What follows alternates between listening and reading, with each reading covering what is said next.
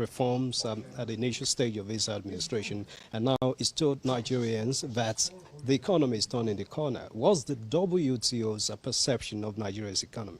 So we think that the president and his team, and we just exchanged with him, have worked hard to stabilize the economy. And you cannot really improve an economy unless it's stable. So he has to be given the credit for the stability of the economy. So the reforms have been in the right direction. What is needed next is growth.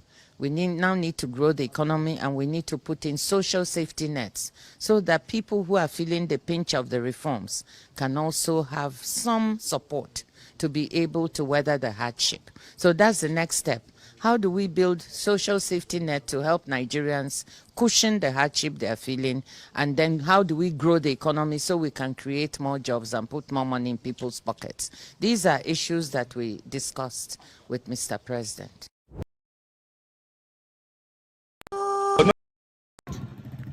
There is a value placed on every individual.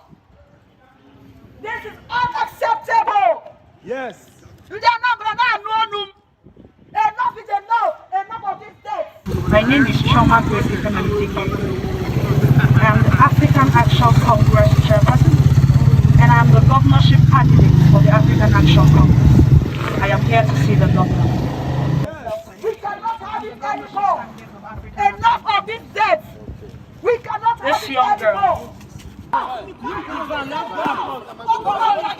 it's your child, if your child was murdered like this, the African Action Congress governorship candidate is here to see the governor. I think shift this way. Shift this way now. Shift this way. Go across. Please. If they say listen to me, they would have attended. Go across now. Go across. Wait. Excuse me.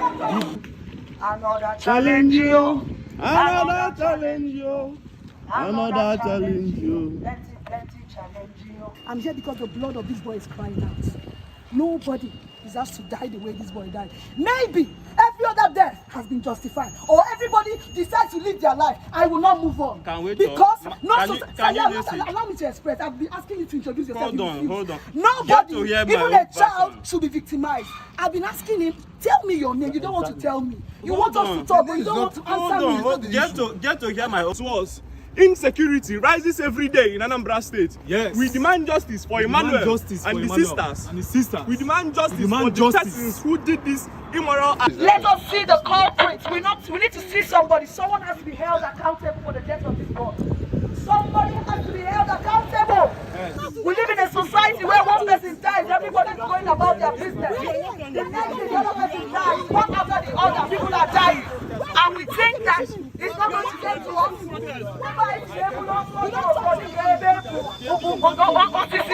Because it is not touching us, we claim that it does not affect us.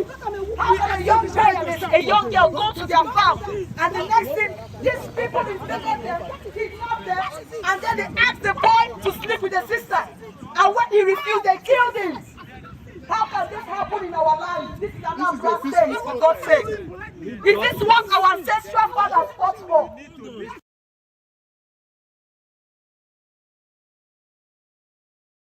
Below the water of Kata Bridge and the, Tomeland Bridge.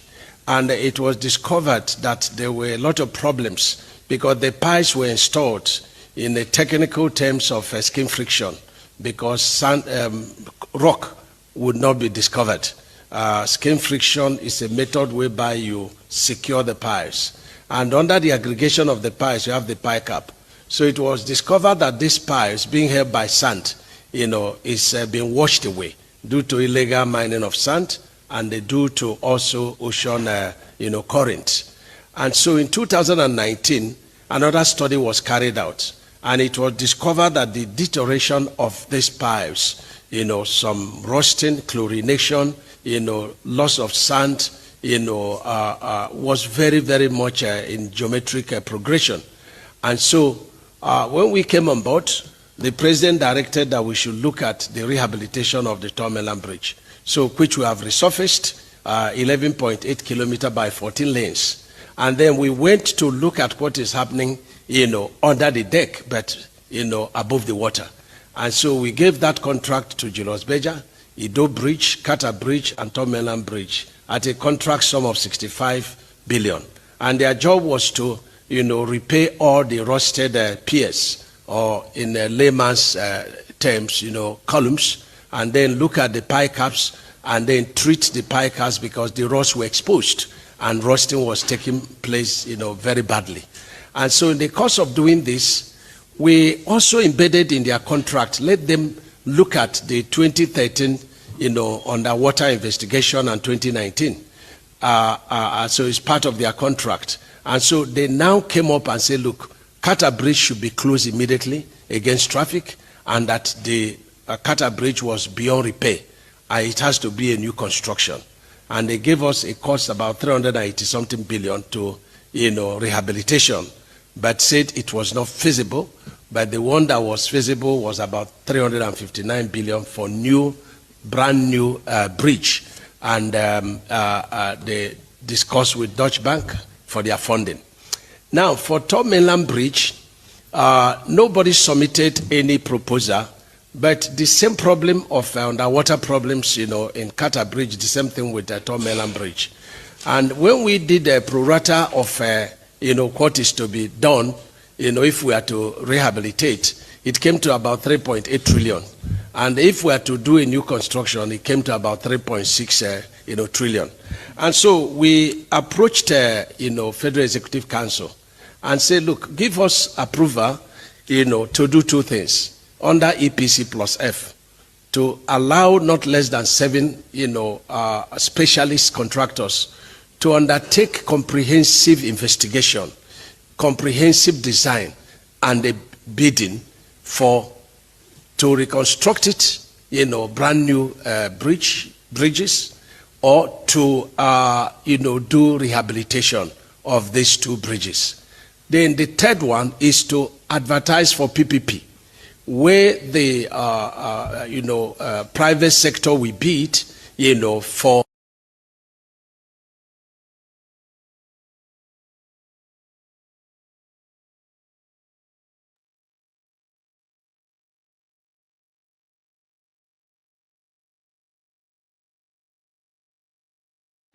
Of course, we remember the summit between these two leaders during President Trump's first term in Helsinki. They met, and now they meet again right here. Reporters certainly did their best to shout as much as they could to try and, get some questions to Vladimir Putin. I believe he was asked, will you agree to a ceasefire? Why can you trust Vladimir Putin? But no dice. They did not want to respond. They want to get down to business. I believe we had a very productive meeting. There were many, many points that we agreed on. Most of them, I would say, a couple of big ones that we haven't quite gotten there, but we've made some headway. So there's no deal until there's a deal. I will call up NATO in a little while. I will call up the various people that I think are appropriate. And I'll, of course, call up President Zelensky and tell him about today's meeting. So just to put it very quickly, I'm going to start making a few phone calls and tell them what happened. But we had an extremely productive meeting and many points were agreed to. There are just a very few that are left. Some are not that significant. One is probably the most significant, but we have a very good chance of getting there. We're going to stop really 5, 6, 7,000, thousands of people a week from being killed. And President Putin wants to see that as much as I do. So again, Mr. President, I'd like to thank you very much. And we'll speak to you very soon and probably see you again very soon. Thank you very much. Next time in Moscow. Oh, that's an interesting one. I'll get a little...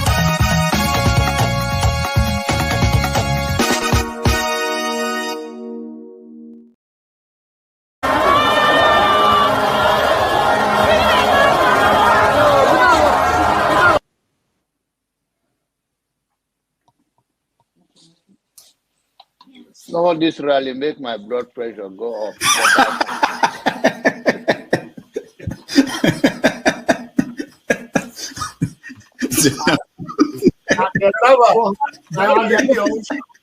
and the people who are asking a platform for him, who are supporting him. So you should get a filter sometimes. Filter your thoughts before you say. I'll continue to take blood pressure medication. Why are you getting high blood pressure, Jonava? Now, I'm not taking medication for myself. I'm taking it for people like some of you guys that after the January, February something, and then people like Soludo, that is a good spoiler. I thank God for his life. He's working for my. And I am ready to die defending Nigeria in whatever way. When it is God's time for us to go, it is you not took my going time to be to God. You are ready to defend Nigeria. I gave you my time. No, I'm coming. Alexi, hold on. You already started. What I'm saying, defending Nigerians is this. I gave him my time and he's using it to defend Nigeria. No, sorry. I hope that Nigeria wins. I'm never going to wish any president evil so that I can say I told you so. No, I won't wish them evil. I hope. You see, I'm not praying. There's no point. I can't pray for Nigeria to be fine. I only hope that Nigeria wins and Nigerians win. Because if you choose a dodgy doctor who has a dodgy record, who has, all sort of accusations leveled against him, to say this doctor, we think he's done this, or this doctor, this surgeon. Yes, he's a senior surgeon, he's the most whatever surgeon, but there are a lot of accusations leveled against him. If you choose him to operate on you, and you tell me to pray for you that it doesn't kill you surgery, what's the point? I can't pray. You might make it, you might not make it. My prayer won't change anything. So I hope Nigeria and Nigerians win during Tinubu's 4 years. Thank you. Thank you. Uncle, right? I have the right to address Showore the way I like. You don't know what Showore did to me. So learn to control your emotion, right? That's the only thing I'm going to tell you. But if you don't want to control your emotion and you insult me here, I'm going to insult you 100%. Okay. You understand? You cannot insult me on a normal ground. Fiscally, you can't insult me, right? I will treat you like a child. If you insult me physically, I will handle you like a child. I don't care your age. Do you understand? You are powerful over the camera, so you can say whatever you want to say, but you can't dare say it to me physically. You understand? I will handle you like a kid. Can we arrange the meeting ground? Can we arrange the meeting ground? So learn to control your emotion. You understand? Please don't take him out. I also have a right to respond because you mentioned my name. There's no need to take him out.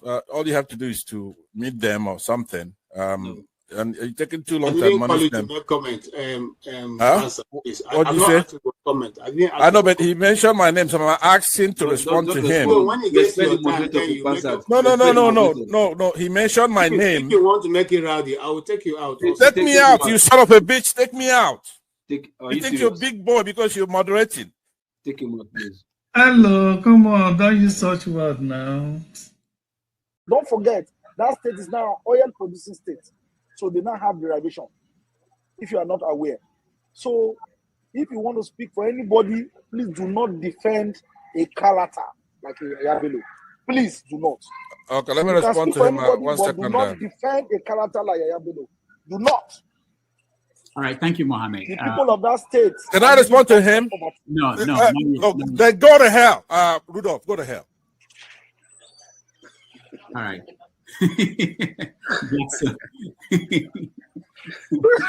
Rudolph, I've never seen this part of him before.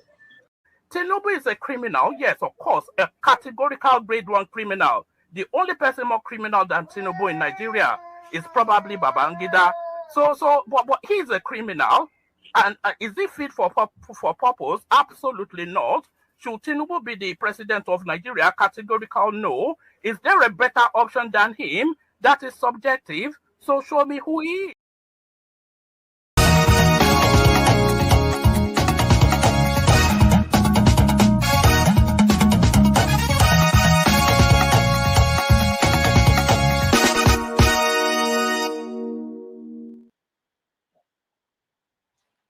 All right, welcome everybody. Thank you so much for joining us today. My name is Rudolph Okonkwo. Today is Saturday, August the 16th, 2025. It's a beautiful day here in New York City. I'm glad that you are joining us today for another episode of Have Your Say 247.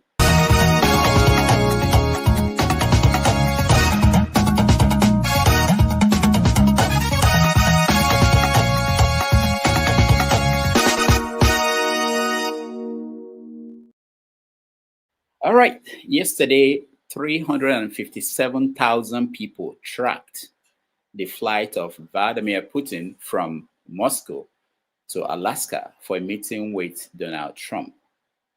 More than 200 reporters were at Anchorage where the meeting took place, and they were expecting big announcements after, but that did not happen. It was what we call inconclusive in Nigeria, to be continued. So we're going to discuss what happened, why they couldn't agree on anything, and where that leaves Ukraine and the crisis there. In Nigeria, our president, Mr. Bola Tinubu, is out again. He traveled to Brazil. It's one of the countries he's stopping at again. Wasn't he in Brazil last week or something? He's also going to Japan and other places. We have no idea when he's coming back to Nigeria. So we're going to talk about that. In other stories, we have APC and PDP defending themselves because a judge in Canada declared them a terrorist organization. I don't get that. I don't understand that story. But that's what's in the news. And they're all over the place trying to defend themselves and clarify what is really going on. So we're going to talk about that. In Abuja, before the president left, Ngozi Okonjo-Iweala, the director of the World Trade Organization, met with the president. When she spoke to the media outside Aso Rock, she said that the president must get credit for stabilizing the economy. What's needed now is to grow it and to reduce the suffering of the Nigerian people. A lot of you guys got issues with Okonjo-Iweala's the idea of what's going on in Nigeria and the economy. So that's also something that we are going to talk about. In Anambra State, there's a by-election going on as we speak. It's for, I think, Anambra South Senatorial Zone. Results are coming in, and I looked at some of the results. They were different from the one we saw in 2023. I didn't see cancellations, and I didn't see people marking over each other. If I can, I will show you some of the results we're seeing out of Anambra State. So it's quite interesting. I don't know if that is a proof that some INEC people are learning, or that something has changed. I don't know. But it's coming in, results are coming in out of Anambra State. And we will talk about how it's going. The ones I've seen, APGA appears to be winning everything. It's also a way to look at what might happen in November when there's election for governor right there in Anambra State. Okay, there are so many other issues, but I will let you guys come in, those who want to be part of this conversation, to come in and let me know what they are following, the stories that are important to them.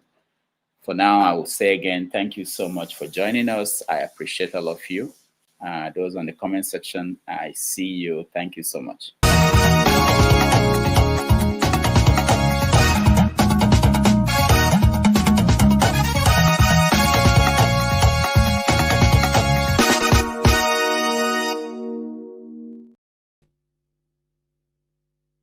So I see Mr. James. Mr. James, welcome to the show.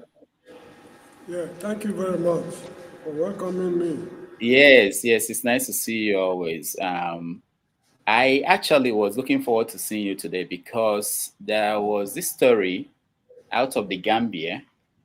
I'm not sure you're aware of it, but a woman from the Gambia came to Nigeria. It's a long story, but I'll give you the short version. Right. She was looking for her husband. She married a Nigerian who One day she was told that the man died. She didn't see the body of the man. She didn't know anything about how he died. It didn't take time before she found out. Is the man a Benin man? Is the man what? A Benin man? Because No. The man is from Anambra State. Okay, I met a lady here having that problem too. Okay, you said what? I met a lady here who married a Benin man in Sierra Leone. The man died and there are a lot of complications. I thought she's the one. No. This one was, they actually found out that the man had died in 2009 in Nigeria. But somehow the man showed up in Gambia, married this lady, had 4 kids with the lady. So you don't know anything about the story? I'm sorry. I'm supposed to know something about it, but because of, the way I live my life here, I don't interact with them so much. And I will find out and get back to you. Okay. You live like an, that's called, people they call expatriates. I don't know.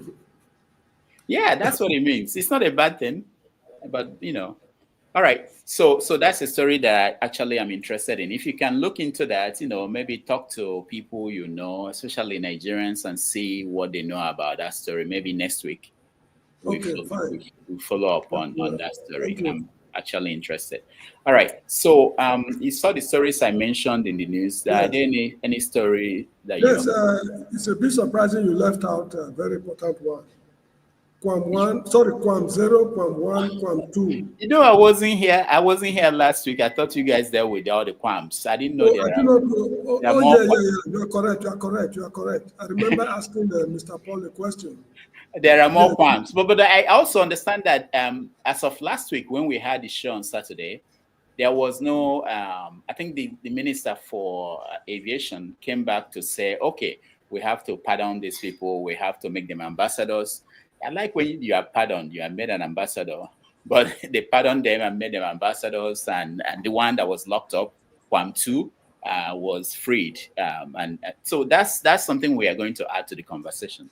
Yeah, but you see, the funny thing is the magistrate, the role she played or he played, sending that girl to Kirikiri, why was he so high-handed?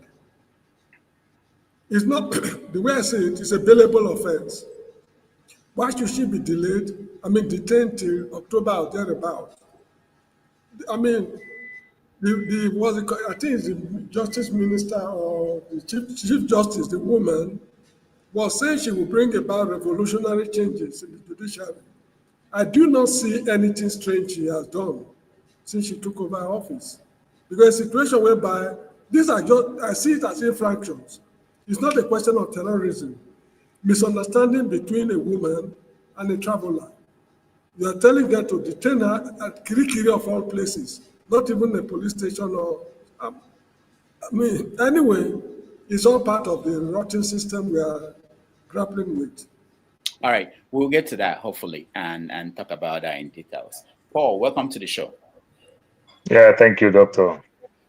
So, Paul, KWAM 1, KWAM 2, KWAM, where are you? Are we, how are you doing? Doctor, I will just speak small a little bit about aviation that I understand. Now, I'm not talking about aviation in terms of understanding the nitty-gritty of aviation, just common sense, what we understand. Doctor, if any issues happen before an aircraft takes off and if they report it to the captain, that aircraft will not fly. So if that issue happened in Uyo, because it is the captain that will call FAN, the FAA, the Aviation Security. You understand? It is the captain that will call.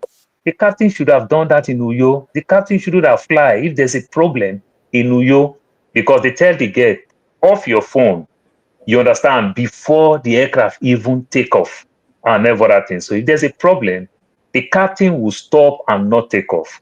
But in this case, you take off, you understand, then you land, then you also even open the door, which is also wrong. What you do, you close the door till the so-called security personnel come and everything. That's how you do things. You understand? So there's so many errors in different ways, you understand? The issues is just so abnormal, so completely barbaric. That's what I would say. Is there any story that you've been following that I did not mention that is important to you? Oh no, the one that I saw in Arise that makes me laugh, the local government chairman in Ethiopia West local government in Delta State, that they criticized and said this guy don't have right to criticize him in public, that he has already reported to his lawyer. It makes me laugh a lot. it kind of makes me laugh a lot. But why it makes me laugh? Because I'm me in my own thinking. I'm abnormal. You understand? Because big man in Nigeria, you don't have a right to criticize big man. So if a poor man criticizes big man, it's the big man is reminding the poor man, I've contacted my lawyer and we're going to deal with you and deal with you very well. It kind of makes me laugh. Was he elected or appointed? Yeah, he's the local government chairman of Ethiopia West local government in Delta State. You understand? Then his excuse is just funny. He said, before now, I was a community leader. I was doing this. This guy that criticized me also know me, even invite me when he was getting married and everything. So why will he criticize? You know, doctor, you know these things that my family, everybody tell me when you criticize pastor, they said, since you have access to the pastor, why don't you discuss with the pastor one-on-one? But when the pastor criticized devil, criticize all these people who serve other type of belief in our villages and everything, didn't they know them to go meet them in their shrine and then discuss this thing like Jehovah's Witness will do before they stand on the podium and criticize all these people, condemn everything? Something that the priest said the other day that makes me kind of get thinking and everything. That the priest said the British came, they took you understand? They took all our so-called what they call juju in Nigeria. They took in Ghana. Then we also had in India. Till today, they are still refusing to give us. But they give us Christianity. They give us Bible for free. But they took our juju and they refuse to give us. The thing that they condemn, we say, give us our property that you condemn. They refuse to give us. And they so do it so nicely that we ourselves, we condemn those things so immensely. It's just kind of funny. So these are the type of people that we have. You know, you mentioned pastor, and I remembered something that I don't think we touched on. Maybe I'm the only one interested in such stories. Adeboye ordered his sons to donate that he needed 30 billion. And people were criticizing that. And people forgot the other important thing that he said during that event, which was that he knew when he would die. He actually said that he would like to die on Sunday after eating pounded yam on a Sunday evening after going to church, eating pounded yam, then he would die. And I think that is something very important, that this man is ready. Somebody's writing 30 billion naira. Yes. I heard that video. and the way he said it, I want 10 people to give me 1 billion each. I want 100 people to give me, I don't know how he calculated it, but it came up to 30 billion, and he raised the money, I believe. Did you follow that? Did you hear that at all? Doctor, it is simple. Doctor, just imagine if I go back to my tool where I used to go to church, or let me not call my tool, let me call Satellite Town, where I used to go to church back then and everything. Doctor, do you know all the people who intimidate me? When I see myself back some 35 years ago, how skinny, how ugly I am, all the girls that don't like me, today now they now discover that I am this rich, I have all this wealth and everything. How do you want me to make them understand that I have it? You understand? Is it not when they raise fund in church? I just come outside and say that I'm going to donate 2 million. I'm not doing it for that church. I'm doing it for the guests to recognize me that that guy will be big boy. You understand? We do it by proxy, just to recognize ourselves. Then over time, if I'm a marketer, you understand, like the Ponzi scheme, I'll use it again to swindle people and recover my money back. If I'm the type who like women, I'll also use it again to start sleeping with all the girls in the church. You understand? The people do it for their own interests. You understand? Do you think they believe that pastor is talking God? No. They are doing it. These are marketers for different purposes. That's what people do. You understand? It's just funny. Somebody will just stand and say, I deliver furnitures in the whole of Zenith Bank. All the old Zenith Bank in the old Southwest, I delivered furniture and everything. Everybody just recognize you. Before you know, people start talking to you. It's an aggressive marketing. All of us go there to go cut deals. You understand? So, doctor, it will happen. And it does happen. You understand? That's what people do. All right, just to update the story that we're following, the Comfort, the woman from Akwa Ibom Air, she's suing the federal government, suing the NCAA and others for 500 billion naira. 500 billion naira. So that's a new development from the KWAM 2 story. All right. Let's welcome to the show Prince Akwachi. Prince, welcome to the show. Yeah, Dr. Damages. Well, first, good morning. And Mr. James, good evening in Gambia. And Paul, this one way they talk about women all the time. Your idea women, no, they talk saying anything. Your idea women. I hope say your wife they hear Amo. I am saying your wife they hear and because saying that they flirt with you up and down because you're a rich man now. And it's allowed.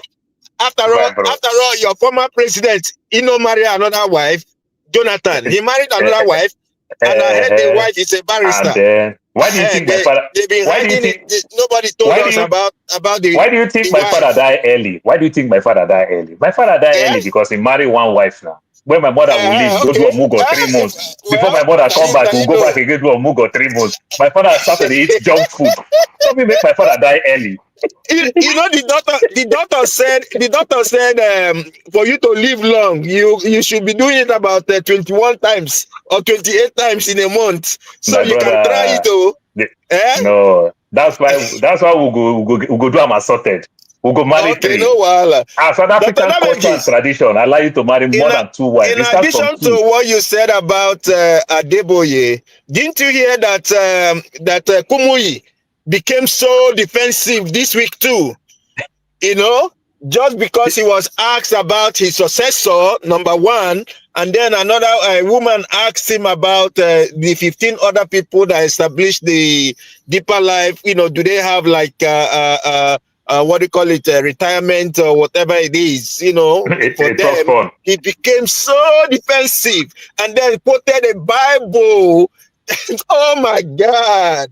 Oh my God. You see, I don't want to be, you know, I don't want to make it look as if I'm anti-Christian or whatever it is. But it's high time people should wake up. It's high time.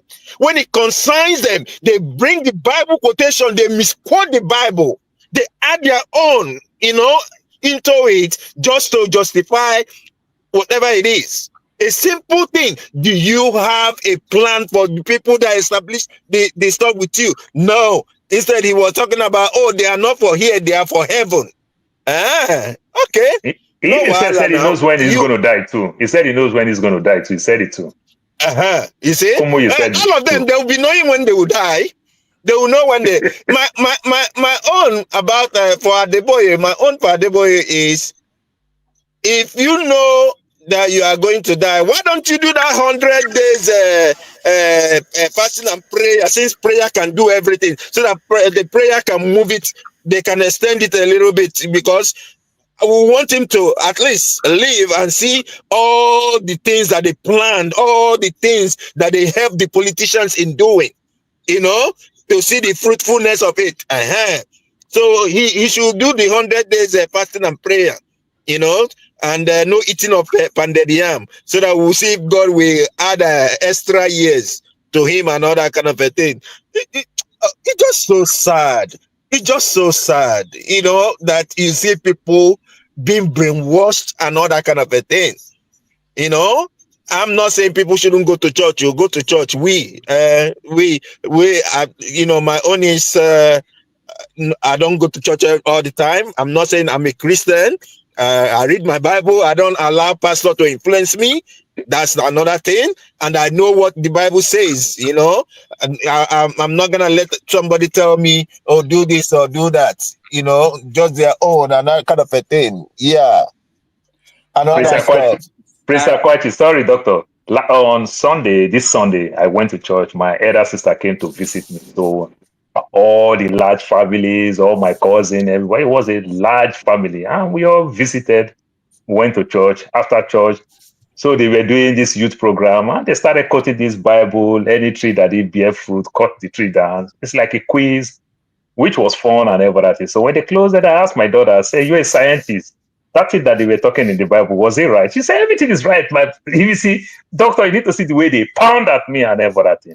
I said, look, 99% of the trees we have in America, they are all main tree that don't bear fruit, that we plant everywhere. Now I asked my daughter, I said, I don't want to touch. Is it that tree good for us?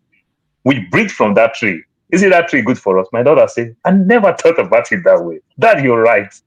Doctor. They attacked my daughter immediately. They say, don't follow your daddy, oh. Don't follow. Don't be like him. All right. Common oxygen. We're going to start the conversation, but before then, let me play the Prince Akwachi mentioned Kumuyi. Let me play the audio for those who have not seen that. I say it publicly. I reject any member of the church, my child, anyone trying to control me. I won't even take it for my wife. In the book called 24 Laws of Power, the writer said, do not assign your leaders. But in this case, it seems like one of the younger pastors in Deeper Life Church is trying to pressure Pastor Kumuyi to declare his successor to the church. I hope you know that before this younger pastor could come out to repeatedly talk about the need for a successor in Deeper Life Church in public, there must have been side talks here and there about it in the church. Anyway, the way Pastor Kumuyi responded to the issue was very shocking, I must tell you. Before the end of this video, we are going to see what Pastor Kumuyi said. That's everything that he said about this issue and the responses of church members on the internet that you will not believe. But first, if this is your first time of coming across this channel, welcome to the family. This is GGTV, and we do everything entertainment news, celebrity gossip, trending news, and even Igbo history. If this is what you like, please do well to hit that subscribe button and turn on your post notification bell so that you'll be the first to be notified anytime we drop a new video. Also, make sure to like this video now or at the end of this video so that you can be able to show it to more people. Now, let's dive right into the gist. This whole church saga started after one of the church's younger preachers the phrase in the course of his preaching, and most importantly, so he said to address it head on. In his message, he made it categorically clear he would choose a successor in his timing, not man, citing the case of Moses and going to make sure he resists anyone who is going to try a resounding no at the congregation. That moment alone showed. Meanwhile, there are mixed reactions here to avoid future confusion. So even anyway, I would also like to hear your opinion in the comment section. All right. I'm so sorry. I got the wrong video, but it's the actual guy. But this was more like commentary from somebody. But we will probably get to that if we have the time and touch on some of these pastors. And I think somebody should be documenting what they say every week. Yep. So that our people might be able to put it all together, you know. All right. So let's go back to Mr. James. Okay, so Mr. James, we are going to begin the conversation. I want us to start with the meeting between Putin and Trump. I know that Mr. James doesn't care about American stories, but did you follow this one? Certainly not. I did not. I wish it's about Kenya, Zimbabwe, Lesotho, Ghana. It would have been of interest to me. But this one has worldwide implications. Yeah, I knew there was a meeting taking place. Is it in Anchorage or Fairbanks? I can't remember. But Anchorage. I didn't bother to. I had better things to do. So. Did you hear that? Let me give my time to Mr. Paul. No, wait. We will get there. I know they are not in a hurry. Did you hear that there were 375,000 people tracking just his flight from Moscow to America? Yes, there is need to do that because of world peace. People are tired of saying they are tired of fighting wars. So if so many people are tracking him, it's not surprising. And for his own security too, because you know who Trump is. Anything can happen. So there's need for them to keep an eye on him and make sure they don't play funny games. The way they treated this man in Venezuela, I think Hugo Chavez. Yeah, so that's just it. All right. Let me hear from you, Paul. Did you watch? Thank you. Okay. Thank you, James. Yeah, Doctor, I followed it, and I just see when Trump put me in real time and everything. Trump was so cool, quiet, calm, like my father, like a Jehovah Witness person. Even Putin break the rules and everything. Normally, when they want to come outside and address pressmen and everything, it is the host country that speaks first. That is the tradition. But in this case, it was Putin that speak first. You understand? Speak first and everything. Then after Trump says somebody one lady screen and ask him question and everything, Putin, he just ignore them and everything. You understand? And Putin just go there, start talking the history of Alaska, this and that, historic thing and everything. The guy is not there and everything. But it's so funny when you and I knows that the war that is going on in Israel and the Palestine and everything is an American war. But what America do, America is so clever enough, you understand, they only fight proxy war because they don't want any American life to go and everything. So you have one war that you cannot end, that you can end in second, but you want to go discuss another person's own and say you want to end another war. That's a slap in our face and everything. But this is the only time that you see a white man dying. That's why they're trying to escalate it, blow it out of proportion, so that all of us can support. There's war going on in Sudan. There's war going on in Congo and the likes. War every other places. Are they discussing it? No. And everything. When they talk mass genocide and the likes, they will never tell you places like Congo what Leopold do with 11 million people. It doesn't concern them and everything. So this is just their own war. America in any time, any day, what is his name, Cuba is going through. Is it not because of Russia that they sanctioned Cuba? It will never happen for China to build a base in Mexico. You understand? So why are you putting a base in Ukraine? The foolish Ukraine, they humiliate themselves by doing all this nonsense that they are doing. You think Putin will not fall for it? And nothing will happen. You understand? America never threatened North Korea because they know they have nuke. So we all know nothing will happen there. Putin will do what he want to do. The highest thing that will do, he will play around them, trick them with land, even when he's not interested in land, because Russia has the highest landmarks in the world. It's the biggest country in the world. So what would they want to do with 20% of Ukraine and everything? No. You understand? They need to show that strength that this will do it and everything. For the NATO not to keep encroaching. Remember, NATO started with only Western Europe, but now they are in Eastern Europe. They are encroaching further and everything. So Putin is fighting back.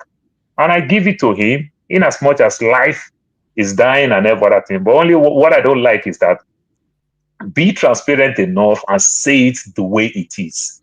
You understand? Because America can do other things. America can also say, you know what, we can give Ukraine their nuke back.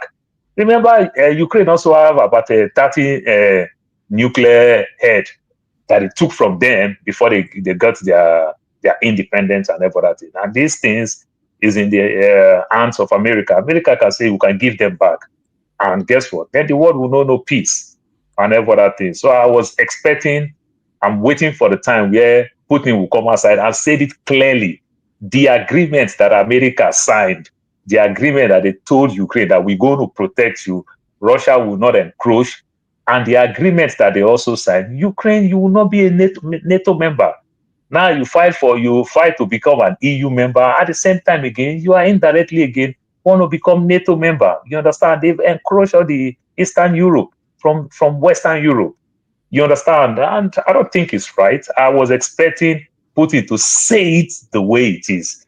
But no matter how Putin's still going to say it, the West still have the strong edge when it comes to media to trick people with media, war, and the likes. But that is exactly what is going on. It's not about land grabbing.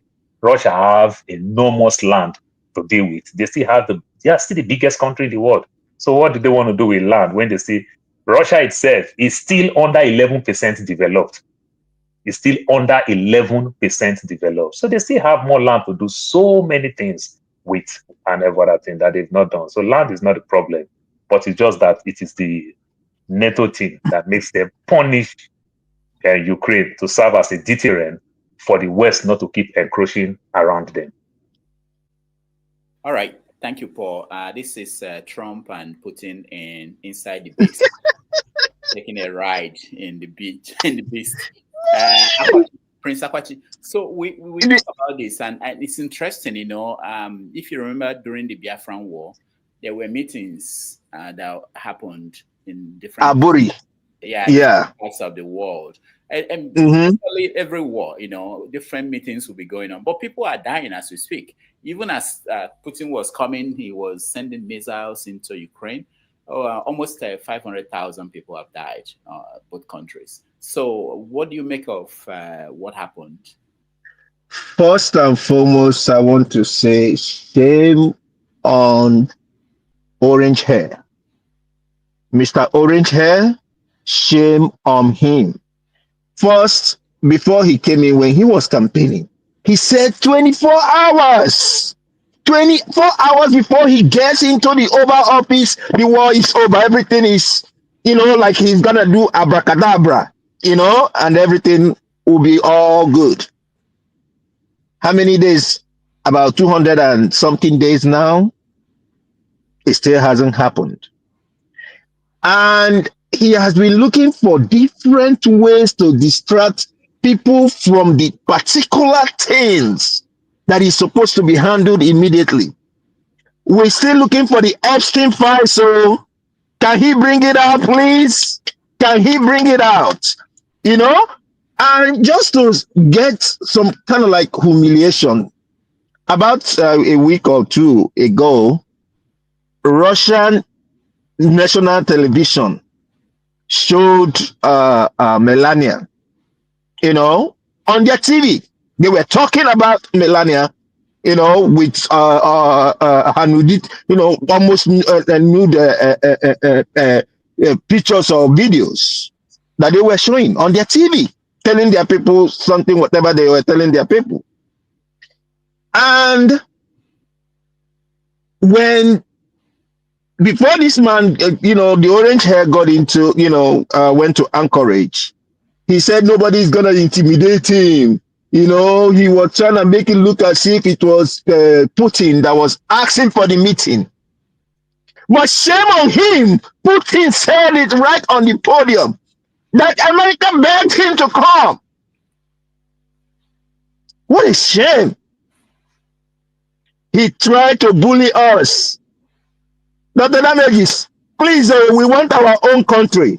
Very soon, we're going to say bye-bye to you guys. Oh, you mean California?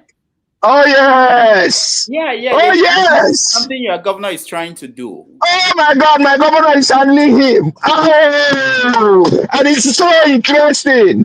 I'm loving it. I'm loving it. Where are the MAGA people? Where is KJ and Kene? The MAGA people. Please, when they come into my state, they should come with visa. They're gonna be coming with visa very soon. Wait. Prince Akwachi, hold on. Can you tell us what the plan is? So are they going to? Is your governor going to wait for Texas to?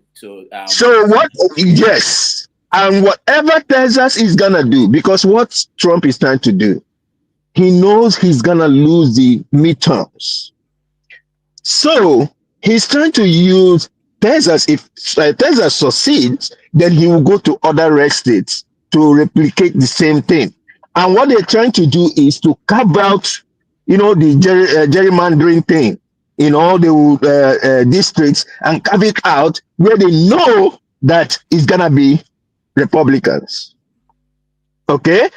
So what my governor is, and also the assembly is, they are all in it now. Whatever they do there, if they add 5, 5 to their own, we will add 5 here from California. As a matter of fact, we might even double it. And we have places where we're gonna chase them out anyway. We don't need them. Next election, I don't think we'll need any Republican in California. And we're gonna do it. Because where they are is even where you have all these Mexican farmers. And you know that the Mexican farmers are angry at them. So whatever they do, there is going to be some kind of incentive to entice the Mexican, whatever it is that it is going to be. And it will be done. and he thought he was gonna bully my governor, you know, and kind of like tweeting and all that stuff. And then the guy started replying him, giving it back to back to back to back. You know, the last one he gave him, up till now, he has not replied. I was like, yeah. Come on, midnight rolls, you know, you was giving it to him back to back. And you know that, you know, they have all these eyes, people in LA and all that kind of a thing, think he's going to use that to scare us. He doesn't scare us. Nah, nada. Let me just point out that tomorrow on 90 Minutes Africa, we have Junior Ezon, who is a councilman from Texas. He will join us and he will talk about redistricting in Texas and all the issues around politics in the South and how the wider implication in America. And we talk about the children born abroad and what they can do, or what they are doing abroad and what they can do for the motherland. So those who can join us tomorrow on 90 Minutes Africa, we will have a special elected councilman out of Texas joining us. All right, so let's go back to I think there's someone. Yeah, and then in conclusion to orange hair, even Miss Clinton, have stated in a podcast yesterday that if the meeting had gone successfully, she would have helped in soliciting for him to get that Nobel. Is it Nobel laureate or whatever it is, peace, whatever it is? But with what happened, he's not gonna get it. Shame. He's not gonna get it. It's not over yet. It's not over yet. Okay, even the Congo, did you know that the M23 and the Congo, whatever it is, they fought yesterday? Oh, they fought yesterday. Yes, they say fighting. Okay, hold on. They say fighting. I think OBE, are you driving? We don't let people drive when they're on this. You're driving? All right, we have to wait. Unless you stopped, I don't know. I can't figure out whether you're driving. I can't hear you too. If you're driving, you have to. I just drove through car wash, so I'm going to park soon. Just let me out first. Don't let me out soon, okay? Okay, all right. So it's very important to him to air his views. So why? He's not gonna get it. Yeah. It's not like is it as a Sebastian or be whatever it is that he did the other day, that those ones came and was talking rubbish that for 30 years they've been fighting. Okay, then whose fault is it? You guys were fighting now, and now you decided to settle. Okay, fine. Don't come here and then think that this man, is gonna, give you guys all the whatever it is. That's crap. That's crap. Nobody even cares if they exist or whatever. It's their own. Yeah. All right. So, thank you. Let's go to Jide, and Jide, welcome to the show. Yeah, Jide, thank you so much, Dr. Damages. Jide will give us the geopolitical implications of the fact that there were B-2 fighter jets flying on top of the air in Alaska. Jide, oh Lord.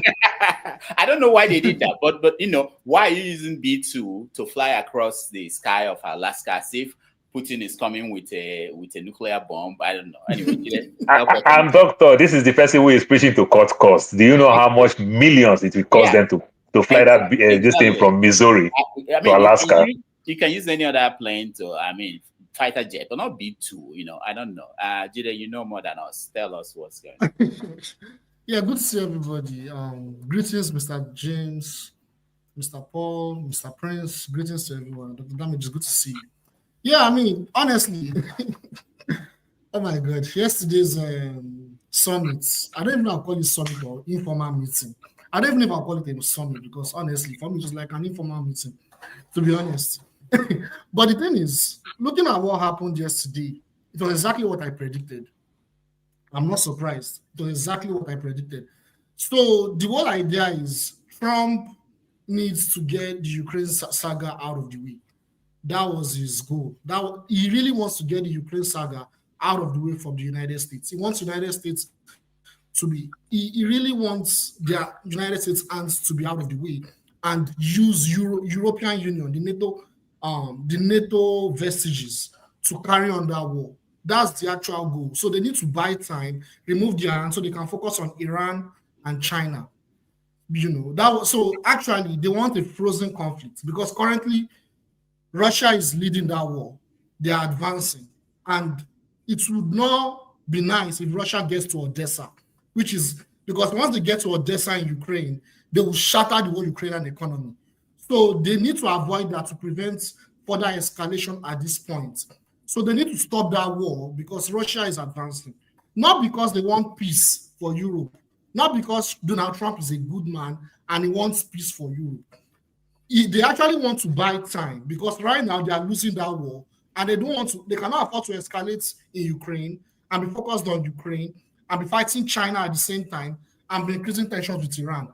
America as a country, as an empire, would overstretch itself. And that will be the beginning, that will be the end of American empire directly. So what they're trying to do now is they are trying to buy time because the war with Ukraine and Russia is a proxy war.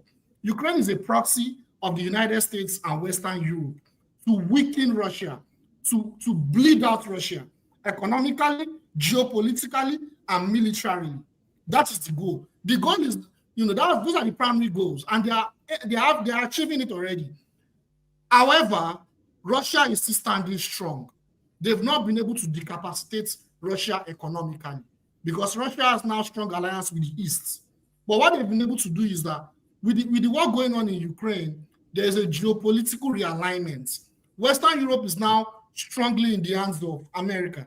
I don't know if everyone knows the story of the Nord Stream 2 pipeline, where the US actually played a role in the complete destruction of the Nord Stream 2 pipeline to completely separate Western Europe, particularly Germany, from Russia, because Germany was supplying cheap gas to Russia was supplying cheap gas to Germany to facilitate their economy. Now, the economy in Germany is going down the drain. Not just Germany, so many parts of Western Europe, because now they are now aligned with the United States completely isolating themselves from Russia. So the goal now is Western Europe needs to start preparing for war. They need time. But for that time to occur, they need to freeze the conflict. They did this in Syria. In Syria, in 2015, they used the ISIS proxy, ISIS and Al-Qaeda, to remove Bashar al-Assad. Then what happened was they used Iran and Russia, they cooperated and Hezbollah. They cooperated to defeat Al-Qaeda and ISIS. Then they froze that conflict. They froze it, the West. They froze that conflict. They imposed sanctions on Syria. Then in December last year, they reorganized, thanks to the help of Israel and the CIA, to take over Bashar al-Assad. Now, they want to use the same strategy, the same playbook. If you guys listen to what Pete Hegseth said in February of this year, he said it clearly that now the United States and Europe, they need to focus on division of labor. Division of labor means we need to share our adversaries. We will focus on China, which is our major adversary, and the Middle East. And you guys, Europe, you will spend more money on NATO, 5%, to prepare to contain Russia. He said it clearly in their NATO summit, and I think he even said it, he said it in February as well. So what's going on right now is Trump did not achieve any deal because Russia, they know all these things I'm saying. They know it. So what they're trying to do is, if you listen to Putin yesterday, within the short time he spoke, so everything Trump is saying is great. We reached some agreements. However, I do not want Europe to torpedo this agreement. He said it clearly. I do not want Europe to torpedo this agreement because he knows that even if there is a ceasefire, Europe and Zelensky and Ukraine, they will still cooperate and reorganize to escalate that war later in the future. But yeah, like the one thing about the Stealth bombers and all the fighter jets, that it's just a show of power. I think they were trying to just express, Trump in his way, a showman.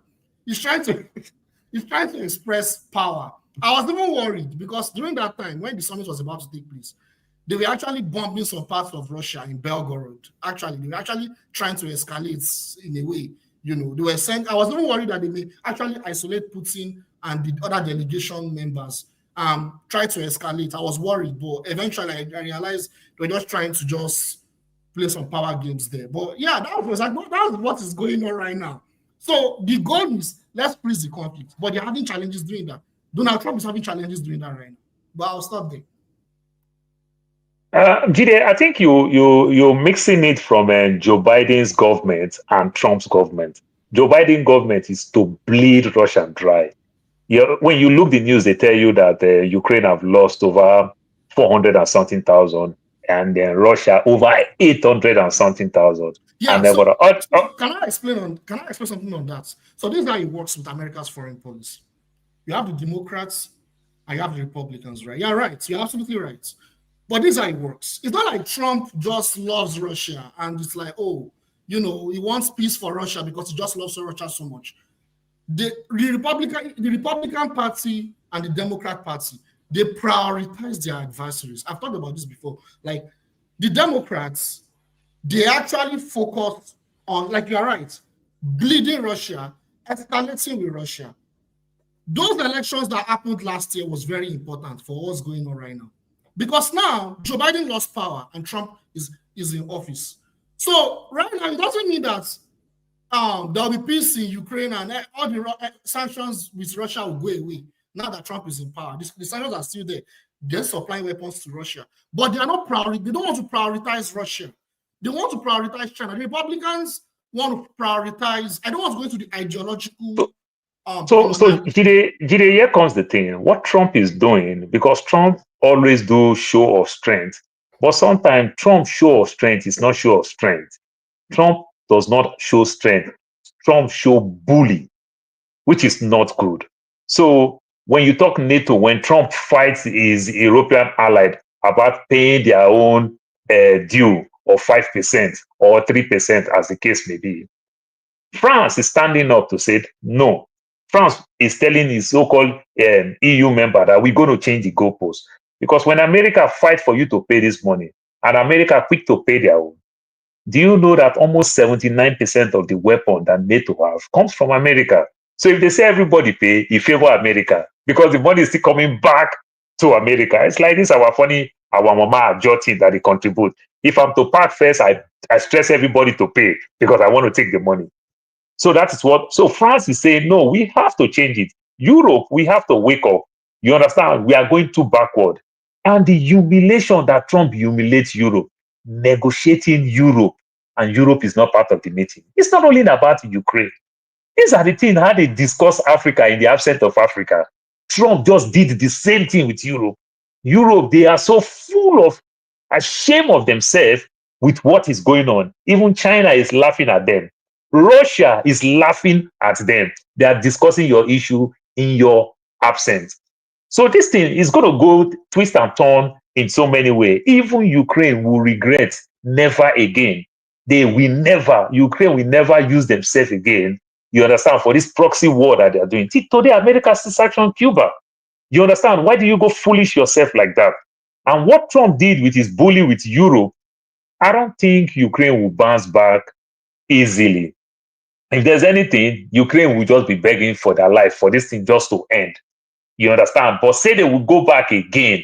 No, I don't think it will happen. Right. Thank you, Mr. Paul. Thank you. I think we move on. Let me see if Mr. James, do you have anything to add before we change topics? Unmute yourself, please. It's not my area of interest at all. They are talking Greek. They're speaking. But I was thinking that when you look at that it will help you to understand the activities of these Western or foreign powers in Africa. That's how I look at it. If they treat Ukraine this way, how would they treat African countries? You see, the way they treat us is the way they've been treating us since, should I say, Vienna Congress of 1815, till what's it called? This German Berlin. Berlin. Good. They've not changed anything. So there's nothing I will learn from what they are doing among themselves. This is the same policy they've been implementing in Africa all along. If you read African history carefully, you discover that nothing has changed. It's still colonialism in place. That Berlin Conference of 1884 to 85 is still very much intact, because while they were leaving Africa, they handed power over to men and women of their choice. And not only that, the structures of governance they left is still intact. The parliament they left is the parliament we're still implementing. What's it called? The executive, the judiciary is even worse. If I happen to go to Abakaleke today to steal a goat, if I'm being tried, they will be making reference to somebody who's one Mr. Smith who stole a ship in Birmingham in 1834. What has it got to do with what is happening in Abakaleke? So colonialism is still very much intact. They are still treating us as colonial subjects. Not until we detach ourselves from that setup, nothing will change. So whatever they do among themselves is of very little interest to me. Okay, so let's. I know you are in the Gambia. There's this story about a coup plot in Mali. Do you know anything about that? I saw the headline. It's still part of the. I think a general or so was arrested. Am I right? Yes, there were some army officers there. Yes. I saw the headlines, but what I think is that the West will not just let things lie low with what is happening in the Sahelian states. You know, in Senegal, France has officially handed over their military hardware and arsenal, everything to the Senegalese government. So militarily, the Senegalese are now on their own. You see, they've lost so much ground, but the problem is, can they continue like this forever? The answer is no, because they relied heavily on the African states to keep themselves going. See what is happening in Ivory Coast. Laurent Gbagbo, is it Laurent Gbagbo? Ouattara, I think, is going for fourth term. When people are talking about 2 terms, he's going in for 4th term. Apparently with the backing of France. So if there is a coup attempt, or there was a coup attempt in Mali, it's nothing strange. It is their wish for men and women of their choice to control political power all over Africa. So I'll come back to you, Paul, but let me get to Jide. Let's just touch on this Mali thing and the fact that the French, we know they are not going to completely give up. They are going to find a way to continue to influence countries in Africa. So do you think that's what's going on in Mali and other places? Yes, I think France was very instrumental in the failed coup attempt that happened earlier this week. They were very, very instrumental. And, this is not a new thing. So what you have is a lot of these regimes that are anti-colonial or anti-imperialists, when they come to power, the West still does everything to sabotage those regimes. You have the situation with Burkina Faso to the same thing. Ibrahim Traore has had a series of assassination attempts on his life, but it has failed. So a lot of times when a lot of these coups, these orchestrated coups, when they are very successful, it's usually when the security is not cohesive or the people are not on the side of the government, either of the two. So what you have is they will keep doing everything to sabotage the Malian government until they succeed. But it's up to the Malian people and the Malian security architecture and within the military. They are very cohesive and they're in support of the current government. I think they will fail because either way, France will not come and invade Mali. They will always use their proxies. They will always use one of them. Cuba, I'll give another example. There are so many examples of this. Cuba is another example. Fidel Castro, I think up to 2000, I may be wrong, but he had numerous assassination attempts on his life.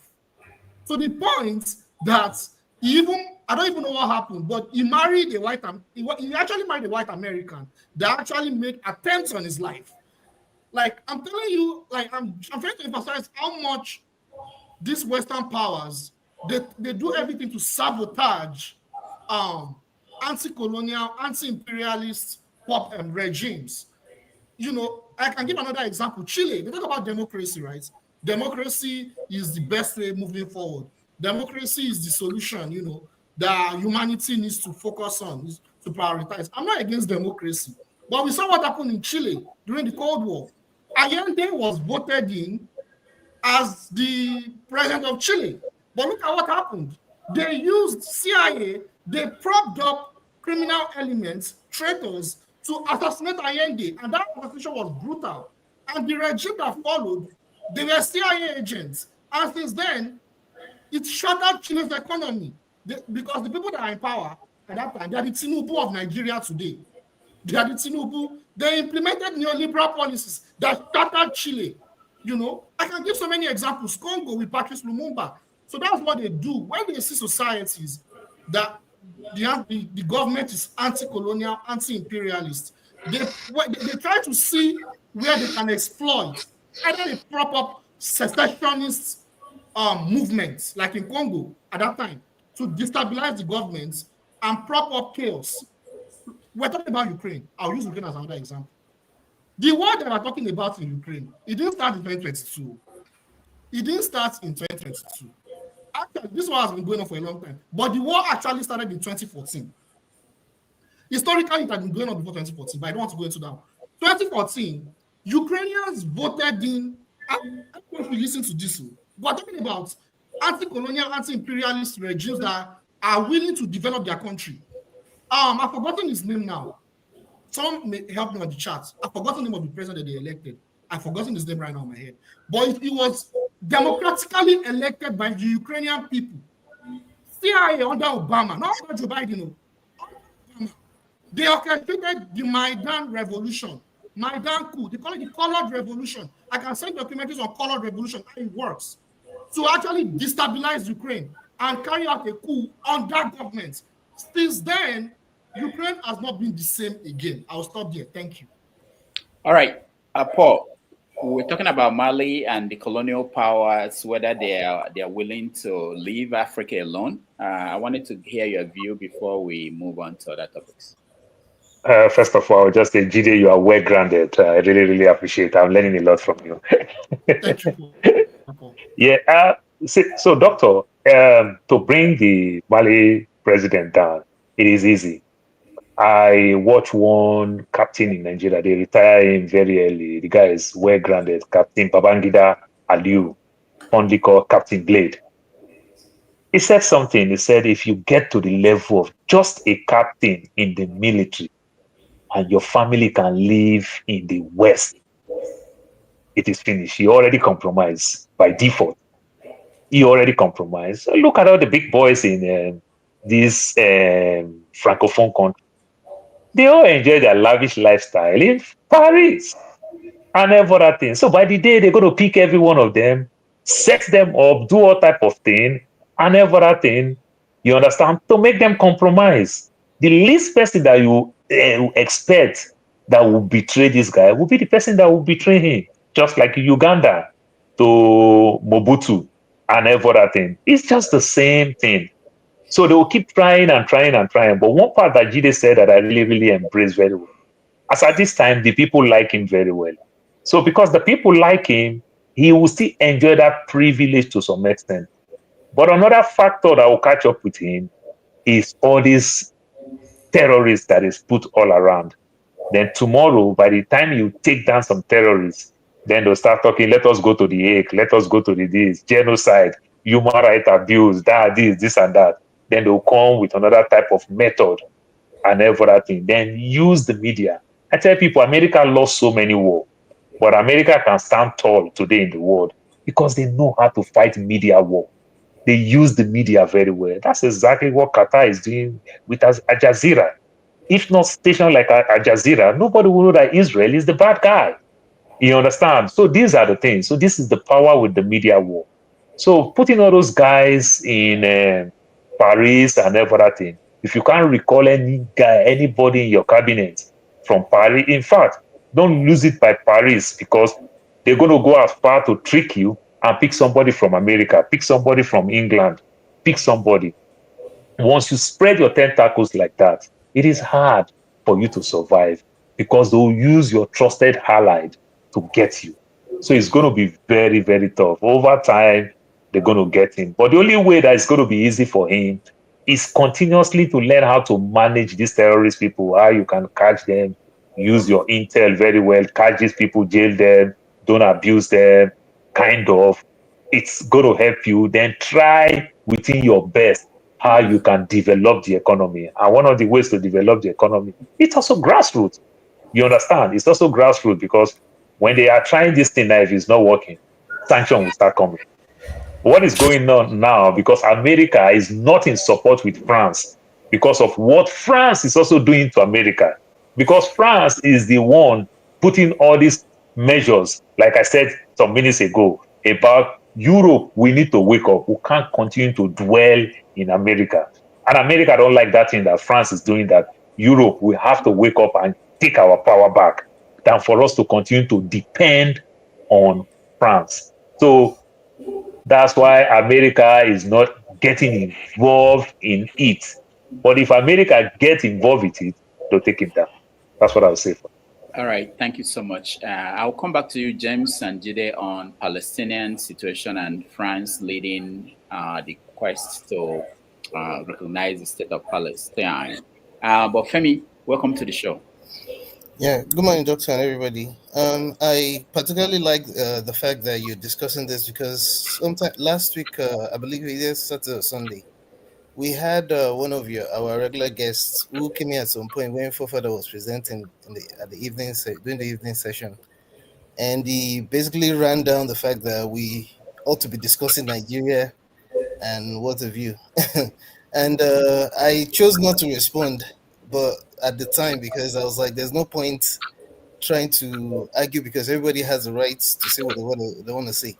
One thing that came to my mind at the time was how interlocked we obviously are, because we cannot keep talking Nigeria without talking about the world. Like you always say, Doctor, you always try to connect, which I believe is always the bottom line of this program. You always try to connect what happens in the greater world, because whether we like it or not, it affects us directly or indirectly. And it's particularly apt that what you're discussing now, I mean, if we're discussing Mali, we're discussing Nigeria, and we're imputing France and by extension, America, Russia, China, and what have you into the equation. Doesn't that already explain away the fact that there's no way you can discuss issues in Nigeria without discussing how it's been influenced, again, rightfully or wrongfully, by other parts of the world? And I have a particular fascination by something Macron said at the onset of the uprisings in the various French-speaking African countries that asked the French troops to leave.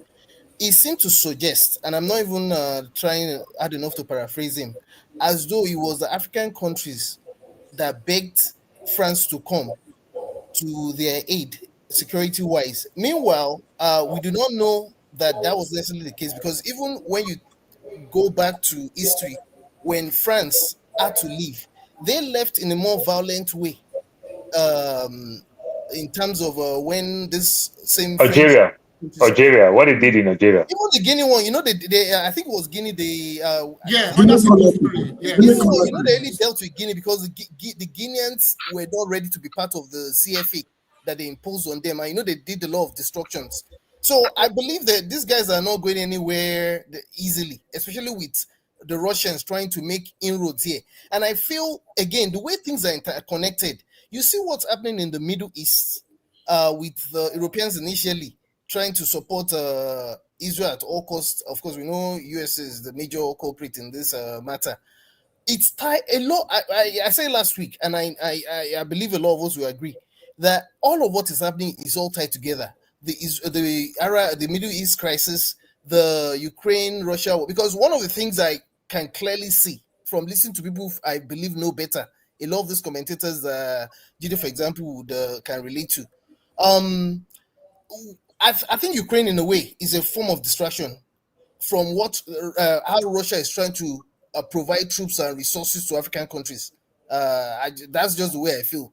because I mean it's by no means a mistake that certain crises just seem to pop out of nowhere. And if you really dig deep, there's always something tied to it that does not, if for the casual observer, when you listen again attentively, if you put two and two together, you know that there's a reason why certain things are happening. Certain crises are created by the West. Thank you, Femi. Paul, Palestinian state. Is it possible for France, Australia, and all their friends coming together, coming to New York next month? They are coming next month, and one of the things they are going to propose is recognition of... Doctor, Doctor, I know you're a gentleman. You are not a bad boy, so you may not really know much. But fella said he say waiting unite inside United Nations. By the time 4 of these 5 countries will vote against it, if only United States veto it, that is just the end. Nothing will happen. So it don't mean anything. You understand? It don't mean anything. It's all about 100 and everything. So it won't happen. It won't happen. If there's anything that will make anything better, it's continuously how they can be pushing, like what I see, what Tucker did, interviewing that lady and everything. How the Christians, how they can keep pushing to make them understand how the Jewish state hates the Christians. You understand? Then the evangelical in the US will start pushing more. Will now understand that it's about Jewish, because truth be told, an average white people don't really get along with Jewish people. You understand? So when they understand that, because the evangelical see this thing called Israel like a promised land, some of them understand that, take that Palestinian, because it's like the evangelical, that shame of Christ was born in Palestine. Now, not the so-called Israel, in Palestine. So the evangelical, to some extent, they want them to take that place so that it will not look like he was born in Palestine. But when they start understanding that they also hate the Christians and everything, maybe the goalposts will change. These are the things. But other than that, for Australia, Italy, France, all these power people to come vote, if only America veto it, then it don't mean anything. You understand? And America is not changing. And doctor, you must understand something and everything. An average American politician, good percentage of them, with what they're doing with APAC, these guys are corrupt. And APAC controlled American politicians and everything. They control them. So there's nothing will happen. Remember, when we talk about America, it is private organizations that sell these weapons. It's not the US government. The US government only approved. It is private organization, and these are the people that fund their election. These are the people that bribe them. They work for them, Nikki Haley and the likes. So there's nothing will happen. They want to sell weapons. When you see all this crisis going on all around and everything, if they push one problem in Nigeria, then in turn, Nigerian government will buy weapons. If they push another problem in Ghana, in turn, Ghanaian government will buy weapons. So it will not happen. They like it. They enjoy it. You understand? They're losing. It won't happen. All right. Thank you. Let me go to James. Mr. James, Palestinian states. Paul mentioned Nigerian state buying weapons. I know they just approved about $300-something million, I think, weapons they bought from America, and they said that, okay, we are going to deal with these terrorists in Nigeria now after getting these weapons. Mr. James, what's your view? Yeah, let me just quickly say something about selling weapons to Nigeria to fight terrorism. It's an exercise in futility. To fight terrorism in Nigeria, what they need is intelligence network. Nothing more, nothing less. It's not a conventional war. This is how America went to Vietnam, and they lost the war because they were not prepared for guerrilla war. This is a guerrilla war the country is facing. That is the issue with buying weapons from America. And besides, it's very likely that there must be some deals behind the scene, inflating contracts and things like that. And what have you? I mean, so you see, the Nigerian, I'll come to Israel, the Nigerian, what's it called, security system, organizations or whatever it's called, they seem not to know what they are doing. I think it was the days of, I think there was one Nigerian NSO boss they called Rafin Dadi. Is it Rafin Dadi? I can't remember the name. That was during the military era. They had a system they were using to recruit people into the Nigerian security service. They go to orphanage homes. There are some women, careless women, when they give birth to children, they throw them away. The children eventually find themselves in orphanage homes. They grow up without moral attachment to any family. That was where they were recruiting most of their personnel from. But as time goes on, everything's scattered. The Nigerian security system needs to be properly organized. And secondly, the political will to solve the security problem in Nigeria is lacking. Is it Dubai or Emirates brought a list of sponsors of terrorism to the Nigerian government? Till today, I don't even know anything about it. Yet we're saying we are fighting terrorists. A lot of things are happening on the political arena. Since Bola Tinubu came to office, a lot of people have been killed in Benue or Plateau State. It's as if nothing is happening at all. It's as if they are not Nigerians. Are they telling me that, is it not the security forces I was used to while I was in Nigeria? Because when I was in Benin City in those days, if you wake up to find a dead man, maybe along Akpakpava, a corpse along Akpakpava or second circular road, give the Nigerian police 1 week. They will tell you how the cops got there. But the main problem then was money will never let them tell the truth. But the ability to investigate, they have it in abundance. So this is what I see with the Nigerian Security Service. There's no need buying fighter planes and what have you. Then the Israeli problem, as Mr. Paul rightly said, there's nothing united at the United Nations. Those countries that are threatening to recognize the state of Palestine, I think they are just bluffing because they know where they meet, what they discuss, and those kind of things. But what is bothering me about the problem is this. The Arab nations, Saudi Arabia, Qatar, Bahrain, and what have you, Kuwait and other, what are they doing about this problem? Because they are all Arabs. I really don't know. When America pulled out of Afghanistan, Afghan nationals were clinging onto the plane to fly to America. If there's problem in Afghanistan, what stopped the Arab nations from admitting their people, fellow Muslims, instead of going to, if any of them is talking about seeking asylum today, they are going to Britain, America, and other places, which they call the Great Satan. You will never hear an Afghan that I'm going to Pakistan, Afghanistan, or Iraq, or whatever it is, to seek political asylum. While we Africans had problems with the apartheid regime in South Africa, almost all African countries were united in fighting that war diplomatically. None they take sides openly with South Africa as far as that war is concerned. And we were able to win that war with bare hands. With all the money, crude oil, resources, and what have you, in the Arab world, why can't they use their influence on the international arena to give their people a home state?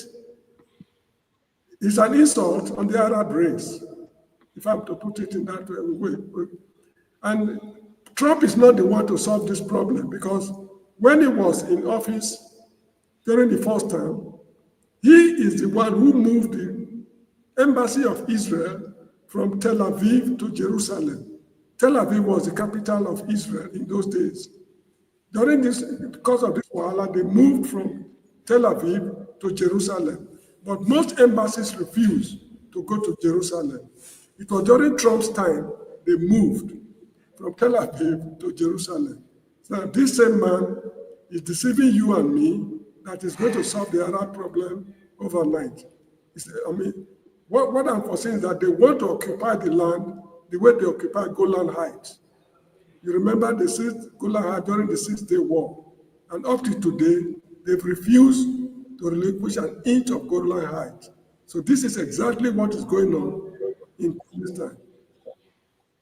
They are in for a very rough time, take it or leave it. As long as the Arab nations are failing to live up to their responsibility. It's even laughable that is the Persians, that's the Iranians, who are taking it as their responsibility to liberate Palestine, not the Arab people.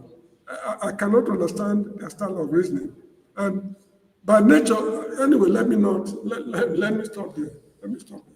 All right, thank you, Mr. James. Let's go Doctor, sorry, I want to put one question to Mr. James. Mr. James, don't you think that Saudi Arabia, the Qataris of this world, the Bahrains of this world, good percent of businesses that they do it with the global West, with the Americans and everything. And all these countries, by American standard, they are all dictatorship. If they go against America, they will look like Palestine. They will look like the so-called Yemen. That's why they are scared. You understand? That's why they are scared. Not like they don't want them. And if America know how to like them very well, Anchorage, Alaska, that they did that thing, is the biggest state in America. Alaska as a size is bigger than Nigeria. Alaska is still under 10% developed. Pack those people to Alaska. Why are you telling the Arab people? If you have compassion for human beings, take them and move them to Alaska. Like they moved some Sudanese to Arizona. They move good percentage of people from Rwanda to Minnesota and everything. Move them. Move them out so that you can give your beloved Israel to take all the whole land. Since the people like to go to the West, they never want to go to Pakistan and other places. Let America move them to Alaska. They will go. The problem they have in that region also is this. The kings, the Saudi king, the Qatari king, the Kuwaiti kings, they do business with the West. But the ordinary people on the streets of these Arab countries, they have nothing to do with the West. There are so many Arabs today, if you give them asylum free of charge to go to the West, they will decline. It is the kings they are doing businesses with, just like in Nigeria. They are doing business with the political class in Nigeria, not you and me. So this is the problem they also face in the region. But it is the governments that grant refugee status and asylum status. You understand? And they are scared of doing anything that will involve this global West. They are scared. All right, let's hear from other people. Thank you, Paul. Let's hear from Jide. I see a Colonial Master, and then I think someone just came in, Desta. Jide, go ahead. Yeah, thank you so much, Dr. Damages. Yeah, honestly, Brother Paul and Mr. James have said a lot of things, but now I'm going to actually give another twist. They said a lot of things already, but I'll give another twist to some of the things they've said. So, in my opinion, and from my analysis and my research, I think the Arabs themselves, they are in the process of committing socio-political suicide. And you see, if you look at during the Cold War, when the Palestine struggle was also going on at that time, you had the PLO and you had the Soviet Union. They were in support of the PLO. Then you had the formation of Hezbollah. You had a formidable resistance against the Zionists that are running things in Israel, right? And at that time, in 1990, I think in 1992 or 1994, I can't remember the year exactly, under Bill Clinton, there was an agreement that was signed, to ensure that they'll begin the process of achieving a Palestinian state under the PLO at that time. Now, what happened around that time that led to where we are today? To summarize it, you see, that movement that was supposed to be secular and was supposed to be organic, like you had the South African movement with the apartheid, that eventually was successful thanks to the unity of African, the African countries and all the other strategies they used, was because of the religious ideological factor. So the point I'm making is the so-called Arabs and radical Muslim ideology that was implemented and orchestrated by the Wahhabists, by the Arab monarchs, and trained by the CIA has led to the sabotage and beginning of the end of this struggle. Why it is where it is today, and it's almost like it's going to be a never end. It's going to be a struggle that is now more difficult to solve now than at that time. So why am I saying there's a religious ideological factor to this? After the fall of the Soviet Union, after the fall of the communists that put pressure on Israel, using the PLO to support that struggle, you have the Hamas that was used by MI6, that was trained by MI6 to stop. They played a role in what made Hamas today. They played a key role, the Zionists. Hamas, as a political faction, sabotaged that movement. That was why there were a series of terrorist attacks after that agreement. Then you had right-wing Israelis that took power. People like the current presidents and others, I can't remember their name right now. Those right-wing elements now decided that, okay, it's now more of a religious, an ideological and religious agenda. It had been going on before then, but that was actually what sabotaged it, the extremist religious factor. Now, Hamas became an enemy. The so-called jihadists, they sabotaged the movement that was supposed to help win the Palestinian struggle, which is communism. They supplanted ISIS and Al-Qaeda, Mujahideen, Taliban, all these guys, they were fighting the communists. Now, currently, the so-called jihadists, those terrorists, they are still killing our people in Nigeria, carrying out different sabotage. They are not helping the people in Palestine. The Wahhabist sections too, what are they doing? They are doing the same thing. They're not really fighting, they're not helping the Palestinian struggle. They're actually going to kill innocent people and expand Islam, quote unquote, using CIA. CIA, CIA uses them as kind of like a play, like agents. So why am I saying this? I think the religious ideological extremes actually made this solution actually more difficult. When it was a communist-supported and backed struggle, we were moving towards a real solution. But because of the Zionist aspects, the Wahhabist and terrorist Islamic aspects, the extremist Islamic aspects, now we are going to a point of apocalypse. It's about the winner take it all. Now they're fighting Iran. Now the agenda is to expand Israel beyond just Palestine to across the whole Middle East. So now we're currently, it's going to be an all-out war for there to be a solution at this point. Unless if they go back to the secular way of doing things. I don't know how it's going to be solved, but I'll stop there. Thank you. All right, Jide, thank you so much. We hear from Colonial Master and Dexter, and then we take a break, and then we move back to other stories. Colonial Master. Yeah, that's right. Well, this discussion became convoluted because you brought up one topic, and of course it went different ways. And you started off with the France issue, declaring a Palestinian state. And I'll say, unlike what I heard earlier, it is inevitable. Okay, each time, at least using the example of South Africa, each time we have seen an apartheid state, a state where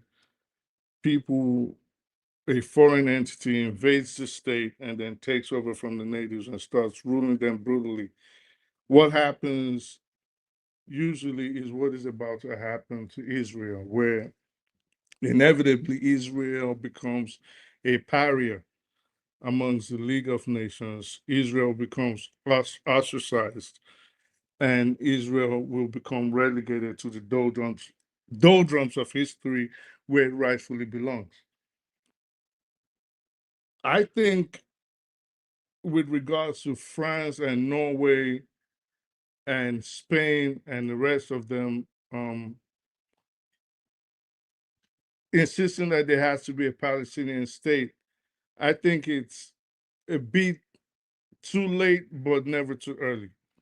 And I say that because what we've seen with what happened in Palestine, what's currently happening in Gaza, is we are seeing how desensitized people are. We're seeing how vicious humanity has become, how evil, how wicked people can be in the face of not only starvation, which is actually a later part of the brutality that Gazans have been facing. But we have to remember, for almost 16 months, men, women, children, old people, infants were getting blown up, burnt, shot in the head. and the whole world just watched. And what did the world do? The world just complained and really didn't do anything about it. Now, instead of France being a leader in the EU coming out and saying, well, listen, what we're going to do is place, for example, an arms embargo on Israel. They haven't done that. They're saying that they could have easily placed financial sanctions on Israel, restricted trade, reduced diplomatic interaction with them. They haven't done that. What they're telling us now is we're going to wait a little bit, go to the United Nations, sit with the Security Council, knowing fully well that the United States could easily veto whatever proposition they bring on. So I'll say, as someone just mentioned, I think it was G-Day, a few days ago, Netanyahu, or actually this is, I've actually mentioned this a while back, where I mentioned the Greater Israel Project. It was argued on this show, of course, but like today rightfully brought up, Netanyahu has come up a few days ago and he's saying, we're going to expand. And this has actually put Saudi Arabia in a position where they didn't want. Paul also said something I've been reiterating on this show forever. The problem is not the Islamic world not speaking up. The problem is what is going to happen when they speak up. And I think this is what the United States has been wanting. This is what people like Israel want. The moment the Arab states, the Qataris, the Bahrainis, the Saudis, the Kuwaitis, they speak up, automatically what happens in the West? It becomes a religious war. So they've been put between a rock and a hard place where it's either we speak up and then America comes after us. Like America recently threatened, who was it that spoke about sanctions? Ireland. America recently threatened Ireland. If you go ahead with this embargo that you and these sanctions that you insist on placing on Tel Aviv, we are going to do worse to you. So just imagine if Ireland was not a Christian state. What if Ireland was Saudi Arabia? What would have happened to them? So I think at this point, for me, the frustration is the hypocrisy that the world is playing. People are starving. People are dying. Over conservative accounts right now say over 700,000 people have died in Gaza. That's almost half of the population of Gaza, a population of 2 million people.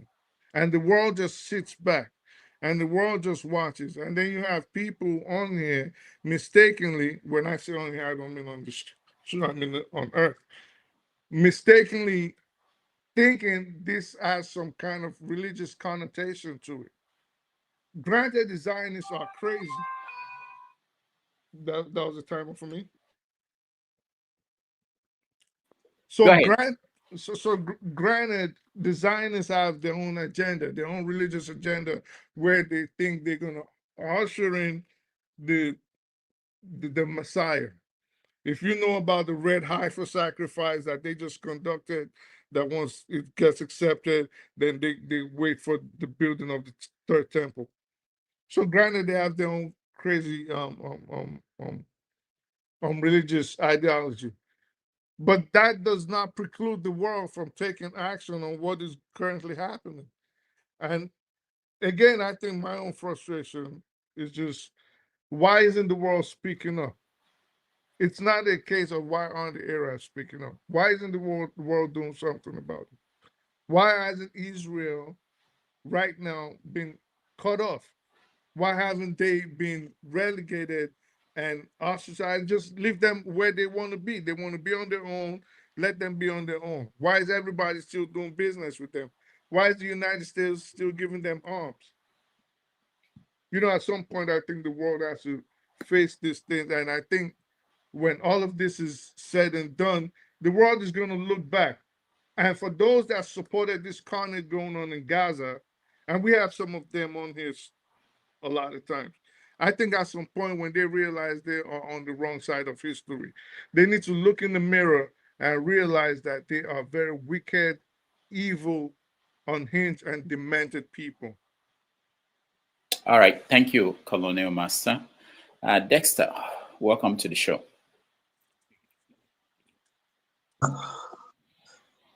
Good morning, Dr. Damages and everyone. Yeah, thank you, Dr. Damages. Yeah, I think the topic we're talking on is related to this Israel stuff. Yeah, we moved from Trump all the way and around Mali, and now we are. Have we done Nigeria? We have not done Nigeria yet. No, we're going to Nigeria after a break. We take a break after you. Yeah. Okay. Yeah, that's fine. Well, what should I say? I don't think there's any time in history of the world where we have actually found global peace anywhere. But if we can achieve peace somehow, I think what you see, the uniqueness of human beings is this. If the person that can achieve peace is not, in quotes, the person that is in my political leaning, you find out that human beings would oppose the peace that person is bringing. They will throw spanners into it, irrespective of whether the peace is good or not. That's just the uniqueness of human beings, So it's a very difficult situation. That's what I would say. Very difficult situation. Whoever is there, I don't admire any of them. It's a very difficult situation. The geopolitics, any of us, people can be on either side of it, and everybody on every side will say, oh, I'm the right person and I'm on the other side. Moving to what's happening in Gaza, killing of children. There's no joy in cutting down human flesh, irrespective of who it is. But one of my moral lessons I always say is, I tell my colleagues at work, you do unto others what you want them to do to you. That's one of my moral lessons. If I'm going to do something to someone, and I know that I won't like it being done to me, then I shouldn't do it. Well, and why am I saying so? One of the things when I hear us, especially Nigerians, as much as the war that is very bad that is happening in Gaza is very, very bad. Whichever side of it you stay is bad. So killing of human beings, we should not accept that. But when I hear Nigerians say that, it just icks me. Why does it ick me? Rwanda as a country went through a civil crisis, and Rwanda actually had the moral to come out and say, look, we did wrong. We did wrong on our part, and we'll make sure this doesn't happen again. But when I hear Nigerians speak, it's like our own house is a mess, and we want to have the high moral ground to tell people what to do. I feel it doesn't really sit well with me, because Nigeria is a mess. It's a big mess. You have killings happening, and the same Nigeria. And look, it's something that just flows everywhere. You can see it permeating through every system of the country. It's a big mess, and killings, and you have people that would not be able to speak up against it. But the moment is something outside, whether religious, whether it's the Christians, Israel is the what do you call it? Oh, God's chosen people. Oh, whether it's the Muslims, jihad, whatever. They go up in arms and they are fighting for it and telling how we are giving solution, how it will happen. How we can't get historical background, how this is why it's like this and this why and this what must happen. And come on, but our own house is smelling of shit. Our own house is smelling of shit. You had a pogrom in Nigeria. You had a genocide in Nigeria. And we cannot even come out and say it happened. We can't. You have Nigerians that cannot even come out. If you want to have that discussion, recently, Obi Won wanted to talk, and they say no. Speaking Hausa. They gag him. And you have people in the young generation that cannot even tell the truth of what happened. We cannot even sit down and say to ourselves, let us actually get a truthful account of this thing so that we don't make the mistake. But we are so quick to go and talk about the history of people that are far away in the Middle East. We take one history book, and the historical book we take is somebody's political view. It's different political views, and that is the political view, and then we take it as hook, line, and sinker. And then we now start pontificating on what the peace should be and which side we're on. I just feel like, I feel really bad when I see that, as Nigerians, because the truth is that you're rising. They said a man can only rise when you understand yourself first. You understand? So, and I think that when the African race, they said Nigeria is like the leader of the African race, it just shows how how we are not actually realizing that the fullness of our potential is not realized when we start jumping and talking about other people's places. It's when we make our place the heaven we are talking about. It's not to talk about how these people achieve peace. We've not even talked about how we achieve peace in Nigeria.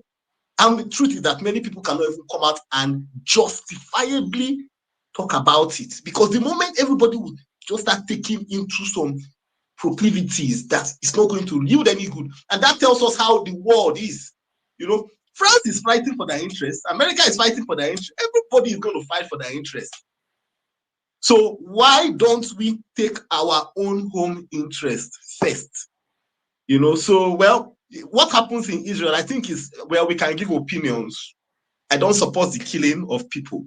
If there's a way they can achieve peace, they should try and achieve peace. That's what I would say. If there's a way they can achieve peace, both parties, the Arab world should come together and put pressure for them to achieve peace. I'm sure there is a way they can achieve peace between the Arab world and Israel. They need to try and come together. And the truth is that to achieve peace, it comes with compromises. That's the truth. Achieving peace comes with there's no peace that is not achieved without a compromise. There's nowhere peace is achieved without a compromise. It comes with compromises. And they have to be able to sit down together and make justifiable compromises to achieve peace. The same thing in Ukraine. It's not about whether it's Trump, or let's forget about the Trump brouhaha. The point is that we want peace in the world. All of us want peace in the world. And those people that are the stakeholders need to come together and sit down and make the compromises for them to achieve peace. We don't live there with them. We don't live in Ukraine, but the people they are living, and there's no good in us, saying things that will not yield peace. That's my point. You can't be saying things that will not drive towards peace, things that will only expand it. No, let us make them. We need to, the Ukrainians, as much as we were fighting for their rights and fighting for their sovereignty, the Russians, as much as they have their own whatever, we must come. If not, we just live in a world where wars will continue and it's become a perpetuity. If that's what we want to. So that's my 1 cent contribution, Dr. Damages. Thank you. All right. Thank you, Dexter. I wish I can respond to you, but that will not be fine for time's sake. For fathers, I'll give you a minute or two to weigh in so that we take a break. What do you think about the issues? And all the issues. Okay. If it's the Trump one, I think. Greetings, everyone. To you, Dr. W, the chat, and to the viewers, and greetings to the panelists. I hope Nigerians are learning the right lessons from what is going on with Putin and Trump. Losers, nobody cares about you. Weak people, nobody cares about you. This is a guy that was sanctioned to the helm. In short, Americans ran out of sanctions. And how many days ago he was in the American Beast riding with the president? Yeah, that's what happens when you are a loser. Nobody cares about you. We have not been sanctioned. Nothing has happened to us. But let Tinubu go and ride with the president. Let's see how far it gets. Because nobody cares about people that are weak. I've been saying this before. When I observe the Soviet Union fall and the economy go into the hands of the mafia, and Americans were calling Russia a third-rate country in the media, by the way. You were looking down at Russia. I was like, no, that's not true. Even then, I knew that it's all about power in the end. And when Putin came, within 4 years, they are back. You will find it easier to recover when you have power. If you don't have power, you can be nice to them. You can go into the wilderness. It's not going to matter. You're still going to be a loser. No matter what happens to Putin, he's still going to emerge the more powerful. As a matter of fact, even North Korea is going to emerge more powerful than us. Because this is the game of the world. It's just the game of the world. And we are not learning the right lesson. Tomorrow now, people will go, let's go and look for food. Let's go and worry about the economy. No, nobody cares about you. If you have not cracked the atom, you not build ballistic missiles, you don't have medicine submarines, why should anybody listen to you? You are a loser, period. I won't. If I was from, why would I listen to Nigeria? And this is the thing I keep telling our people. If you are able to defend your interests, no matter what they call you today, no matter what they call you tomorrow, you are still going to emerge. They will treat you like as equals. And before you know it, they will start giving. Look at if what's his name? Putin came yesterday and said, you know what? I'm just going to concede one little ground. Trump will jump through the roof and say he has signed a peace deal with him. Because Putin doesn't want to give ground at all, because he knows there's nothing you can do to him. What can you do to him? All he asked for was, hey, Ukraine, don't join NATO. How is that too much to ask by any nation? By any objective standard? They didn't say Ukraine cannot join European Union so that their people can live better. Don't join NATO. How is that even hard? And some people, they don't even have any sense of, okay, what is fair here and what is not fair. What is fair is Ukraine should not join NATO because it's a threat to Russia. It's a military alliance. In other words, if Ukraine does something wrong to Russia, if Russia wanted to reply, Russia cannot. Because if Russia replies, it triggers a war with the entire NATO. Yeah, and this Article 5. Yeah, and this nation is next door to you. They can mess with you anyhow. So Russia says, you know what, don't. Just join the European Union. We don't have any problem with you aspiring to be richer. So if for me, it's very clear. And if you are having issues with moral clarity on this one, I don't know how to help you with moral clarity. But in terms of the outcomes of this meeting, it doesn't matter, because in the end, one way or the other, they will have to settle. This is what power does. And Russia is not going to give ground. They like it or not, they will never give ground. The Americans started it, and Russia is going to end it. Just like Americans start all kinds of wars, other people help them end it. This is the war. But the reason why they started this war, we don't even know. We just think we know why they started it. We don't really know. Even the Afghanistan war, people think that they know the reason why the war happened.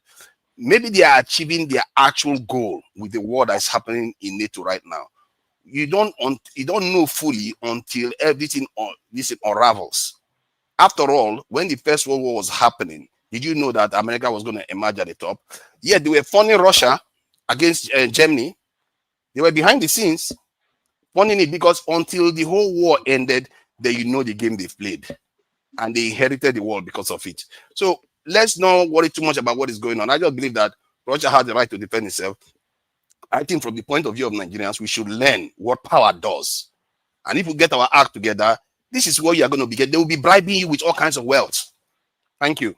All right. Thank you so much. Is it okay if I just give like No, a minute? No. We are going to take a break. When we come back, we talk about Nigeria. I'm sorry. I'm calling. No, it's all right.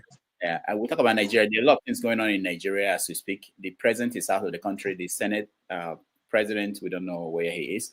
And there's by-elections in several states, in Anambra, in Kano, in Kaduna. There are reports of violence, vote buying. Everything is just back to what it used to be. And that says a lot about what will happen to us come 2027. All right, we'll go on a break. We'll come back, we discuss this.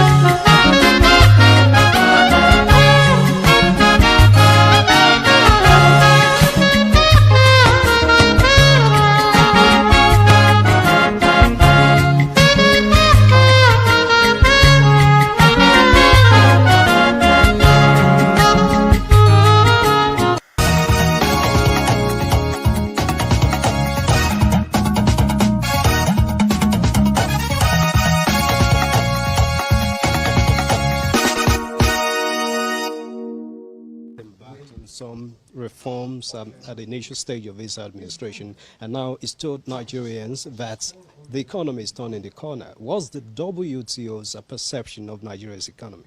So we think that the president and his team, and we just exchanged with him, have worked hard to stabilize the economy. And you cannot really improve an economy unless it's stable.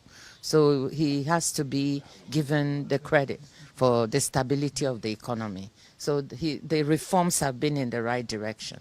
What is needed next is growth. We now need to grow the economy, and we need to put in social safety nets so that people who are feeling the pinch of the reforms can also have some support to be able to weather the hardship. So that's the next step. How do we build social safety net to help Nigerians cushion the hardship they're feeling?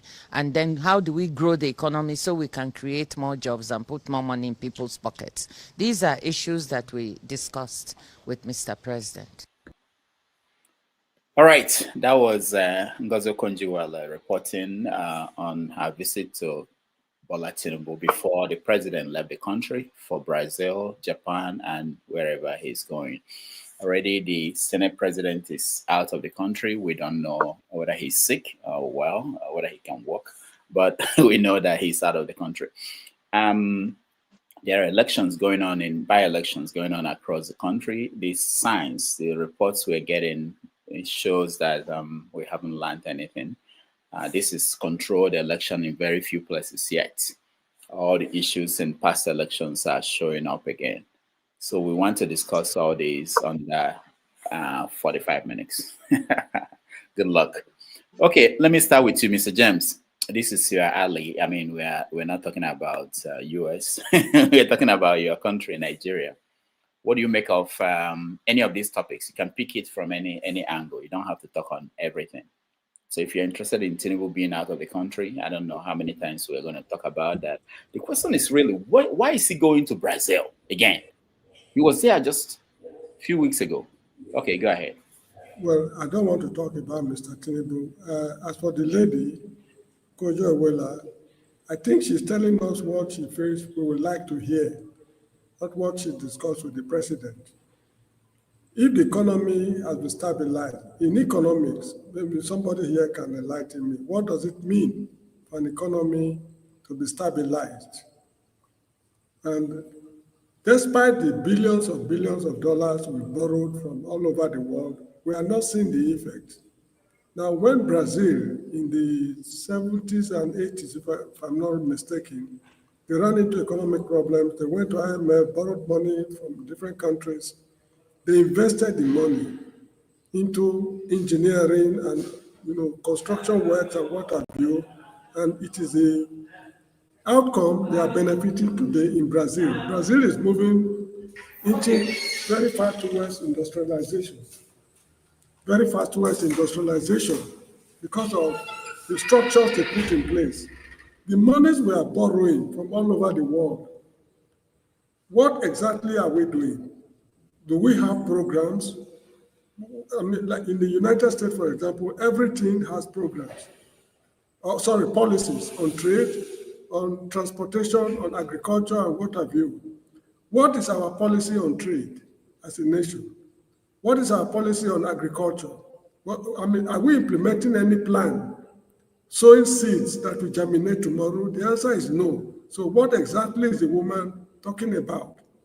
In my opinion, she's just vomiting unadulterated nonsense because it's destitute of common sense. That is how I see her. James, thank you so much for that input. Let me point out, because some people accuse me of not reading the comments in the comment section. I do read them, not everything. Someone wanted to know, why am I interested in where the Senate president is? I'm happy that someone else... It has been rumored that the man died, but I found out that it's not true. No, he didn't die. The rumor circulated, but I found out that it's not true. Yeah. So we should be interested. You see, he's the number 3 citizen of the country. Whatever they do in that house affects you and me on unborn generations. So we should be highly interested in what is going on. And also when he's abroad and he's spending our money. Good. So and when people don't speak up, They just take things for granted. People spoke. That is why this KWAM 2 woman was able to get out of Kirikiri prison. If you and me had kept quiet, the woman would have still been there today. And Mr. Festus Kayama and his people will be having a very, I don't know what to say. So we should be interested. They are servants of the people. They are not elected to kill the people. But that is precisely what they are doing. Even during elections, they give guns to thugs to kill people you are promising to serve. This is the country we are living in. So we must be interested in what they are doing. All right. Thank you, James. All right, Paul. Nigerian stories. Take it from any angle. Let me just touch on Akpabio a little bit and in a fun way and everything.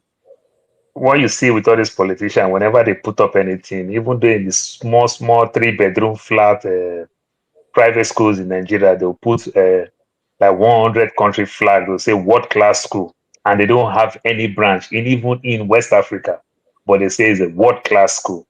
When they build hospitals, they say world-class hospital, but when they fall ill, they go to abroad to go treat themselves. And the one that they go to abroad is not part of their own that will say, oh, this is our franchise of our hospital that will have a branch in Germany, in France, or in the US. You understand? So I want to ask them again, please stop building world-class hospital.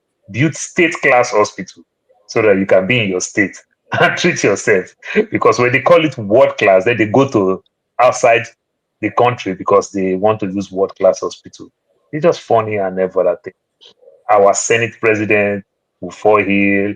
I saw him when they were leading him. He was limping badly. It looked like he had partial stroke. I use the word now. It looked like he couldn't walk. One of the hands can't move. And with the other hand, he was using his third leg. He was with a cane, a walking stick, like we call it in Nigeria. And never that thing. And we are treating it like rumor because there's no official statement. Nobody's talking to us. You understand? Some other people will look us like enemy of progress, we backbite and everything. I just think it's a shame the way we waste taxpayers' money, the way we do all these things. And these are the things that emanate, that make in Canada, a judge has already described us, the APC and PDP, as a terrorist party and everything, which is true to some extent, because what is the meaning of what they are doing? You understand? And it's a shame. We cannot run a nation like this. We don't have a policy statement, like you said. There is no policy statement. We treat issue by the goal. You understand? Like the way we have our king. The king don't have anything to say. There's no policy. The king word is yea and amen. You understand? Just say forgive, you forgive. Don't forgive, they don't forgive. That's how we run a nation. It can never work. Mr. James already said it. Okonjo-Iweala is just trying to micromanage what she's saying. Just try as much as possible to tell us what we want to hear and everything. Other than that, nothing more, nothing less. That's all I'll say for now. All right. Thank you, Paul. Dexter. Thank you, Dr. Damages. The reality of the way nations are is that your leader represents the moral structure of your country. Like you have in America today, your leader represents the moral structure. So what we have today in Nigeria, you have a president who is moral leaning, we all know it, So what do you expect? Truth is that Okonjo-Iweala has been in that position. She has been in a position where she has to speak good about the country. She has to say what she has to say. That's the way I see it. She has to say what she has to say. She doesn't have any other option. That's the only thing she can say. What else do you want her to say? She can't say anything different from what she said. But what I found quite interesting in Nigeria is that the whole KWAM situation, because you have a government that is literally saying we support terrorism, because that's what it is. That guy literally hijacked a jet and the government comes out and say, "Oh, we make you ambassador." But that just tells you exactly where we are. And until Nigerians can, Andrew, this situation is not going to be solved by one person. It has to be solved by Nigerians. And until Nigerians can come out and speak to the situation, we go nowhere. You know, we go nowhere at all on it. Thank you. All right. Thank you, Dexter. Colonial Master.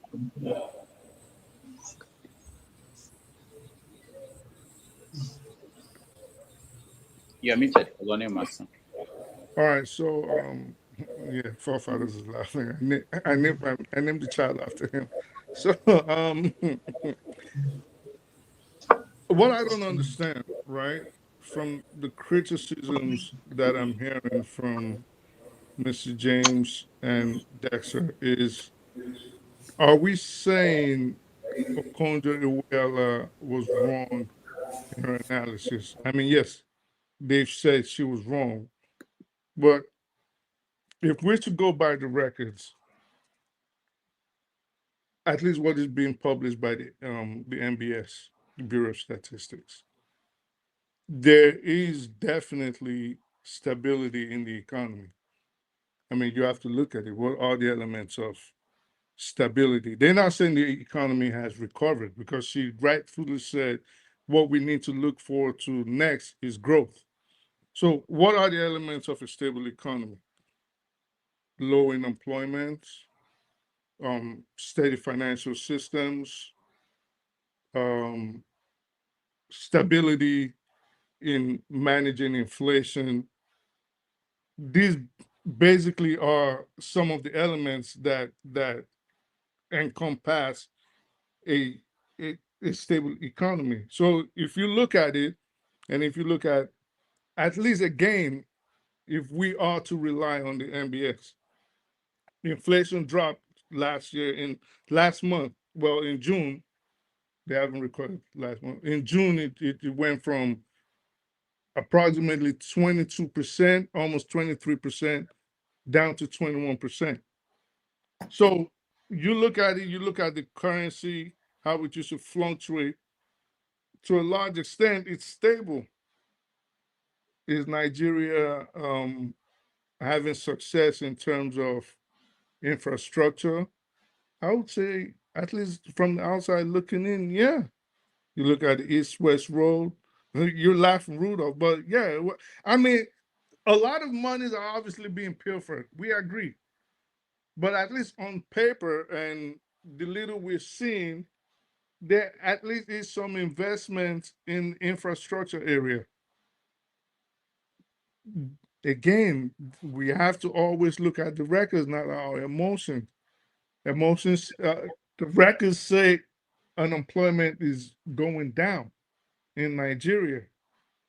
The records say inflation is going down in Nigeria. So for these reasons, I don't think it's a case of Mrs. Iweala was just trying to assuage the feelings of Nigerians or kowtow to the whims and caprices of the president. I think she was just saying, based on this, the evidence that I'm looking at, I mean, she's in a better position than all of us. Based on what I'm seeing, Nigeria is on the right path. Let's give credit to who credit is due, and let's just move to the next step, which is aim for growth. And I think at that point, then we can say, yeah, there was growth in the economy, or it regressed, or it retrogressed, or we're going backward. But for now, they're saying it's moving forward. And I think I tend to lean on her side based on the evidence in front of me. All right. Thank you. Forefathers. Yeah, thank you. From listening to her analysis, you can see that she is a kind of trying to avoid coming across as if she's criticizing the president. She used the term that the country is heading in the right direction. There is growth. She didn't necessarily talk about what created that instability and chaos in the economy. You see, this is where Nigerians almost all that I've seen. It's only a few. For some reason, I don't understand how they can pick up facts of life. This government have performed the worst in the world in the last 70 years. I try to find any other government that during peacetime, they've reduced the GDP of that country by more than half in 1 year. It doesn't exist. The country is not under sanction, nothing. They collapse the GDP of a country by more than 50% in 1 year. In terms of the value of the dollar, it doesn't exist. So the question you have to ask yourself is, what is going on? Let me try to simplify it.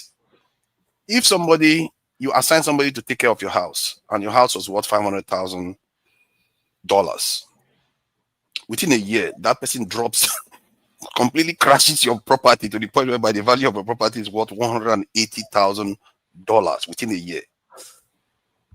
And then he did some magic with the paperwork and everything, then raises it back to around $240 after 2 years. $240. Would you be thanking that person managing the economy or your property? You wouldn't be. That is the macro level effect of what this government has done. The Nigerian country is cheaper by threefolds, while for us to buy something from overseas is more expensive for us threefold. That's how simple it is. It's not even that complicated. He says he's trying to save us money that we use for foreign exchange. Do you know how much they spent just last year or this year, the first half of this year, to defend the naira? It's more than 3 billion, if I'm not mistaken, the last number I checked. This is a floated currency. They are still defending it. Because the forces that are responsible for needing defense is not something you control using floating. But they pretend as if that's what it is. Nigeria will have an administration problem. Our government will pretend as if it's a policy problem. We are very, very easy to manipulate and very easy. And it scares me because I'm not even an economist. But yeah, the numbers are there for anybody to see. I'm not making it up.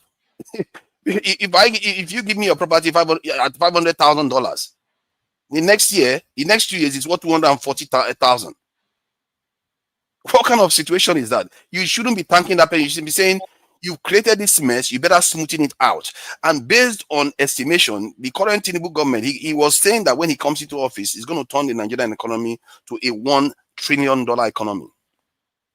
Based on my analysis and our current growth rate, it's going to take 22 years. That's how far back he set Nigeria. 22 years. So when your country is being capped, you may want to notice it. If he wants to retrace his step, yes. If he taps into Dangote refinery, which I don't know why they haven't, because after many years, Dangote refinery, more than a year, has been operational, but yet we are still importing 69% of our petrol from this overseas. That shouldn't be happening. The Nigerian currency should be strengthening by now, but it's not, is it? It tells you that there's something that they are doing that is not right. Even our demand and our purchase of petroleum has dropped, but yet the currency has barely improved. Why? Why are they still defending it? See, a word is enough for the wise, but I'll leave it at that. Regarding the KWAM 1 business and KWAM 2, and maybe there will be a KWAM 3 very soon. You never know. Nigeria, we are very talented at doing these things. You see, this quack economy, let him go away. Just a year man. The idea of Nigeria, we've elevated the art of elevating wrongdoers. We do that all the time. Imagine these two people are wrongdoers, and we are arguing as if there's any morality on their side. They should be punished for what they've done. But Nigerians, as crazy as we are, oh, this one did wrong, you should be arguing that the other side get punished more. And instead of that side to get punished more, guess what the government did, or whoever made the decision? They elevated the crazy wrongdoer on the other side up again. All of them, from the airline, all of them should have been punished for breaking the rules. What kind of a country you have when you don't enforce rules? If you don't enforce rules, then What you are doing is basically saying, you know, all the what you are saying to all the people that follow rules, you are stupid. You know what you are saying to all the people that are ethical, that have integrity, you are stupid. That's basically what Nigeria reinforces constantly. Why would a country function when you are busy elevating the wrongdoers? Because all the people with morality, integrity, people that think before they act, civility, people like Peter Obi that they like to hate so much, they will not rise. Because you are busy elevating crazy people when you should be punishing them. Why would you argue for comfort to be free if you're arguing for KWAM to be punished? You should be arguing for the air hostesses that did wrong to be held accountable. That is the rules of a society. And if you people that are doing wrong are held to account, you are going to likely see a better society. Societies that follow the rules are basically rewarded with civilization. It's just, that's the way it works. If you don't follow rules, you are setting the state for anarchy, because guess what? The forces of anarchy will rule. That's what is going to happen. And when I even look into the data, because whenever I look at this, I always try to look into the data to see whether it makes sense with what I'm saying. I looked into the data and I was shocked what I saw. I checked in the UK, the number of convictions in the UK per annum versus that of Nigeria per annum. In Nigeria, it shows that our conviction for criminal conviction, not civil, nothing. The criminal conviction is around just under 30,000 per annum. The UK one is over 1 million. And we have just about the same number of lawyers. Over 1 million. I would have thought the UK, with all their prosperity and everything, they shouldn't be convicting people like this. It just, my whole head, my head almost exploded. It's almost like the kind of things I found out about insecurity in Nigeria and how our countries are not secure. That's how I looked at that. I was like, how is it that a country that is more wealthy and everything has to do so many criminal convictions? More than 12 million people have got criminal record in the UK. Because if you screw around, you are going to find out when the judge is going to convict you. But in Nigeria, I know that they settle a lot of things out of court, but 30,000 for a country of 240 million. We all know why that is the case, because we don't enforce rules. It's not just because we don't enforce rules. There's also a situation in Nigeria, and we carried out a study about this a while back. There's also a situation in Nigeria where a lot of people are held pre-trial. So they never get to see a conclusion to the charges that they were accused of. So you have actually more people incarcerated without being adjudicated guilty or innocent in Nigeria than there are people that have actually gone to court.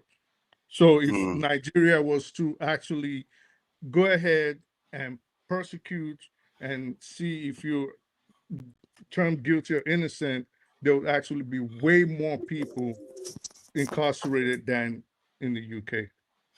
Yeah. Sorry, let me just finish what I was saying there. I agree with you. I'm not querying the reasons why it's happening. The point is that it's not the level of conviction rate, criminal conviction rate in Nigeria is too low. And you can see that with the example of this KWAM 1 and KWAM 2, where we don't tend to hold people accountable for wrongdoing. And that has to change. If you want to enforce good behavior, you have to create room for people with integrity and morality to emerge instead of lawbreakers getting away with their wrongdoing. Thank you. All right. Thank you, forefathers. Let's go welcome Buddy. Buddy, welcome to the show. Oh, good afternoon. How are you? I'm all right. Okay. Good afternoon, everyone. Yeah. To quickly touch on what Okonjo-Iweala was saying. Okonjo-Iweala, she's a development economist. We all know that. And if we perceive that she's communicating to Nigerians, no. She can't just joke with her credentials. She's not what she's talking about. The whole world is saying it's economy, it's science. Data are there. And when they say economy is stable, it's simple. When they say economy is stable, it's simple. What they are simply saying in economic terms means the exchange rate is stable, it's not swinging. Secondly, when they say economy is stable, they're saying that GDP is stable. When they say economy is stable, what they mean is that like inflation is stable, it's not swinging, it's not gliding. And if you look at the data, I don't know the data that Fofada is looking at, because I want to call me last week to join this argument with you. When you look at the data, I don't know the data that you're looking at. For the past 4 months, you've seen inflation coming down gradually, bit by bit, in arithmetic decrease. You've seen it coming down. It's there for everybody to see. It's like you making an argument that, oh, like America never go to the moon. And if you go to NASA, you see the tons of documents produced to show that America went to the moon. Why would they be wasting their time gathering the data, gathering those such information? Why can't they just go to the moon instead of wasting their time gathering the data? It's just like that. When they mean the economy is stable, it's only a simple thing. It does not mean that the price of food should come down from the bag of rice like 60,000 to 30,000 naira. That's not what they mean. It may not translate in the immediate time, but on a long run. I never addressed the point you are addressing. I never talked about stability of the economy. Oh, you touch on what I talked about the value of our economy. And number two, you mentioned about reduced GDP. That's another time you mentioned as well. And I will quickly tell you this. There are factors that are involved when you talk about reduced GDP. Nigeria GDP wasn't reduced. What they actually did of recent is rebasing. Rebased it. Rebasing is a different term. And if I could relate with what you are talking about, there are factors that are involved. Countries can reduce as well. Like you said, they can do it. But what is happening in Nigeria is not what you are saying. If they are talking about reduce, what we are saying in Nigeria is contrary to what you are saying. We don't have trade deficit of recent. We have trade surplus. We are exporting more this time around, which negates your position. I'm not speaking for the government, but when it comes to something that are like number, you see me coming up to challenge it. When you talk about, I would like to address him after I finish his story. Go ahead. If you're talking about reduce GDP, you will see cut in government spending. We are not seeing cut in government spending in Nigeria as of now. Government is a big spender in the Nigerian economy, and they are spending big on infrastructure. If they want to reduce their GDP, they won't be doing that. And another thing that you will see is probably you see decrease in investment, and we not see such in Nigeria. So those are the few points I will touch on as per the economy. I don't think just for the sake of Nigeria, just for the sake to make somebody good, Okonjo-Iweala will not take his credentials. Because whatever she says, the whole globe is looking at her. And people are making decisions based on what the economists, the data that are coming out. Can I ask you a question? Go ahead, sir. Did the Nigerian GDP reduce from $477 billion to $187 billion last year? What you're actually talking about, what I can understand that you are talking about, that you want to tend to discuss, is like what happened to Nigeria. That like, do they devalue their money? What they basically did is flotation of the money, flotation of exchange rate. I asked you a question. You are going round and round. I'm not running around. I only want to explain the basic, because if you don't understand the basic or what. No, it's a simple question. Answer the question. I didn't ask you about this thing. I've already explained that part. The reason why our currency, our GDP reduced. But I asked you a straight question. Your fundamental was strong, and I need to straighten that. I asked you a straight question, but you're not answering. But go ahead. Waffle on. Waffle on. I wanted to join last week so that we could educate ourselves. Waffle on then. Okay, let me touch on another thing. So on this show, don't touch on another thing. Explain. I asked you a question. You didn't want to answer it. Did the Nigerian GDP reduce from $477 billion to $187 billion? Let me continue there. What actually happened? What actually happened is this: by the time Tinubu took over, our foreign reserve has been depleted to $4 billion, all which at that point in time, go and check, fact check me. You can Google it. By the time he took over. We are holding the airline. How much are we holding in the backlog of forex? If you calculate all that together, we are holding up to 11 billion.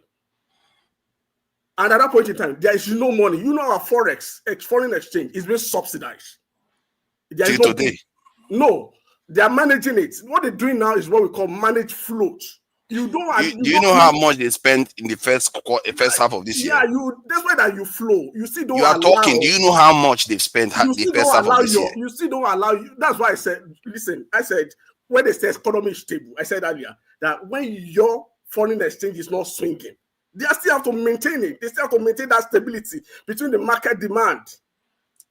It was They stable have to before maintain too. that market demand because it fluctuates. To maintain that stability, that's why the CBN is there. They do it in every country. If you look at America, that's why Trump is mounting prayer on Chairman of Fed that they should cut rate. I'm not saying the economy is not stable. The economy is stabilizing because the damage has already happened. So, and the export that you are referring to, have you checked the amount that was based on petroleum product exports from Dangote refinery? Did you bother to check the export that is growing? No, you didn't bother to check. You just talked about this. No hell export constitute the greater percentage. Go and check. Actually, petroleum is the one.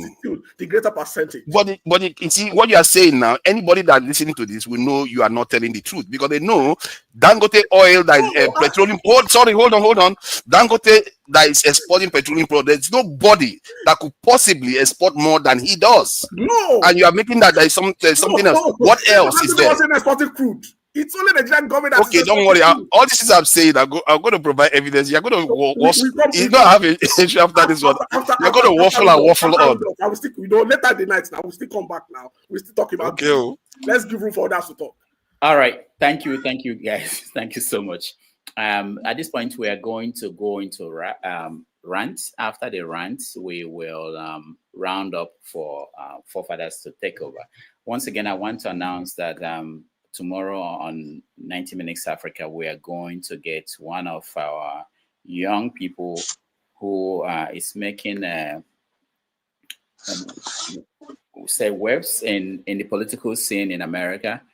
He's just elected. He was the youngest person ever elected into a council, local government council in his city. And he's going to join us to talk about prospects and priorities of African children born in the diaspora.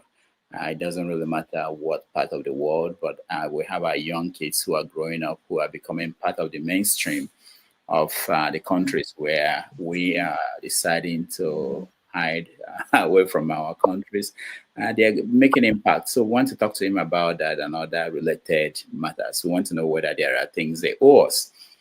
They are motherland or that they are out. I mean, is this are they just gifts to the countries where they were born? So we are going to have that conversation. And then, of course, on next week on 90 Minutes Africa, we are going to bring in the World Igbo Congress, the chairman, because they are building a bank in America. They are starting a credit union. And some other projects they are doing as part of, they're having a conference in Boston at the end of the month. So we're bringing him here to tell us what these things are, what they mean for people at home and all those stuff. All right, so I want everybody to have an opportunity to rant for 1 minute. And I will start with you. Sorry, whatever they say, they better not declare Ndigbo, is Ndigbo there, just in case. Just in case. I just thought I should put that one out there. That's good. All right. So I will start with you, Mr. James. Right. I'll give you 2 minutes. Yeah, we will spend less than 2 minutes. What's troubling me is, can you hear me, please? Yes. Yes, what's troubling me is this KWAM case. We have 3 KWAMs. KWAM 0, KWAM 1, and KWAM 2. Nobody is saying anything about Adams Oshomole. What happened is that KWAM 1 is a personal friend of the president. Nobody wants to offend the president. This is why they are misbehaving, not that they don't know what to do. Festus Kayamo should be removed from that office. And this also points out something. The way people are employed in Nigerian establishments need to be looked into, because the way the airport officials, be it the airline, the security, and what have you, it seems as if they received no training. Once there's a job opening, I have a lover somewhere in maybe Zunguru, please come and do the job. We need an air hostess. There's an opening for the position of an accountant. But you did principles of accounts at all levels. Please, why not come and, That is how we employ people. This is why they really don't know what to do. Each man is using his own discretion. Duties are not clearly defined. This is what has come out in these cases we've been handling. And as for the girl, I'm very happy that she was sent to Kirikiri, because if she had not been sent to Kirikiri, KWAM would have gone away with his ambassadorial title. The girl was sent there, that's why people raised, people raised concerns. If these two people have committed virtually the same offense, and even Adam Sosomole, why should this lady go to what we call Kirikiri? So that's a price she paid to make the country a better place. This is how I look at it. We have a very long way to go, and as I'm always saying, this is a time for us to be thinking of post-Nigerian republics. The country is finished. The country is kaput. I do not know who is going to rescue the country. Maybe another Awolowo is coming or Zeke, I don't know. But as far as I'm concerned, there is no hope for Nigeria. Not that I wish that Nigeria should not survive, but from the look of things, there's no hope at all for Nigeria. Thank you. All right. Thank you, Mr. James. Let's go to Kene. Kene, welcome to the show. Thank you. Thank you, Dr. Damages. Good day, everyone. So what actually triggered me to come on was this our brother, Body. Is it Body or Body? I don't know how to spell it. I'm sorry if I pronounce it wrong. So you came here with written note telling us how stable the economy is, how Nigeria is big on exportation, how Nigeria is big on spending on infrastructure. Please, can you tell us 5 major, critical infrastructure that this current government under Tinubu is working on right now? That is actually not a white elephant project. Now, you talk about exportation. Tell us 5 things, 5 economy driving, whatever you call it, something that makes sense in Nigeria. 5 things that Nigeria is currently exporting that is bringing good revenue to the government. As we all know, currently now, Nigeria is still struggling with high rate of inflation. The poverty and hardship is growing every day. Are we talking about infrastructural deficit? The huge dependency on oil. Maybe it's only oil that we export. Because as it is currently, even the Dangote refinery isn't refining anything. Dangote is still importing in Nigeria. Talking about the weak judiciary system and the high corruption in Nigeria. It is not a corrupt country that you see somebody like Obi Won, and if they are stark illiterate, will try to stop an airline, the aircraft. At the end of the day, you'll be awarded with ambassador of traffic or security, whatever nonsense. Talking about the burden, the high debt burden in Nigeria right now. How much is your Abado master, Tinubu, borrowing? He borrows every day, especially on everything. So if you cannot generate revenue, but you depend on borrowing, tell me how you are stabilizing the economy when all you do is to borrow. Babi Allah.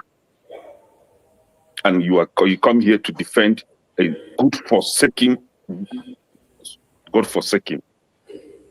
incompetent government that doesn't know its left from right. All they center right now is how to rig the election. That's it.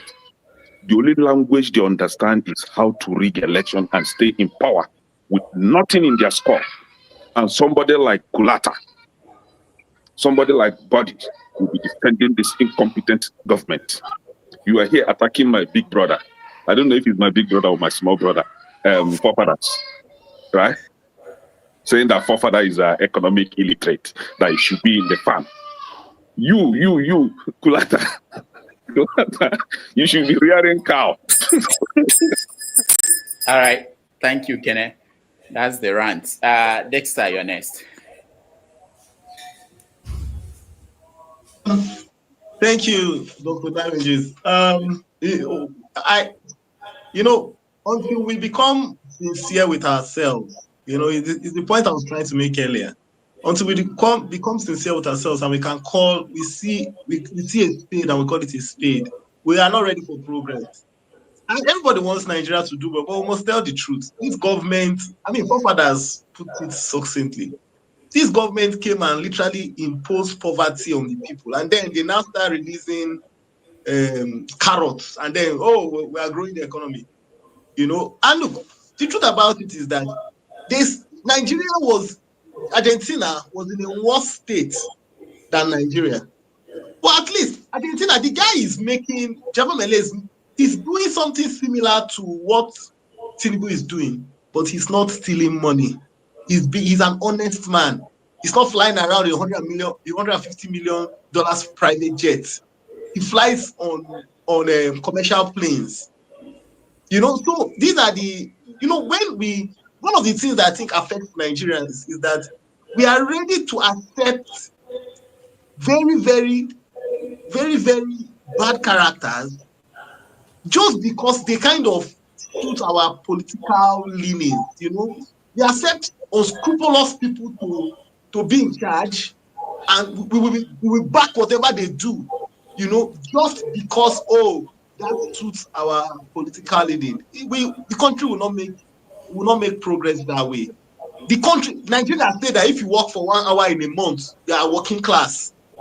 That's what they said. That's how they calculated. So, and then people now come here and say, there's employment everywhere. If somebody tells you as the messenger, please go and drop something for me there, that's 1 hour work, and you did it 1 day, 1 hour in a month, you are now in the working class. That's what the country.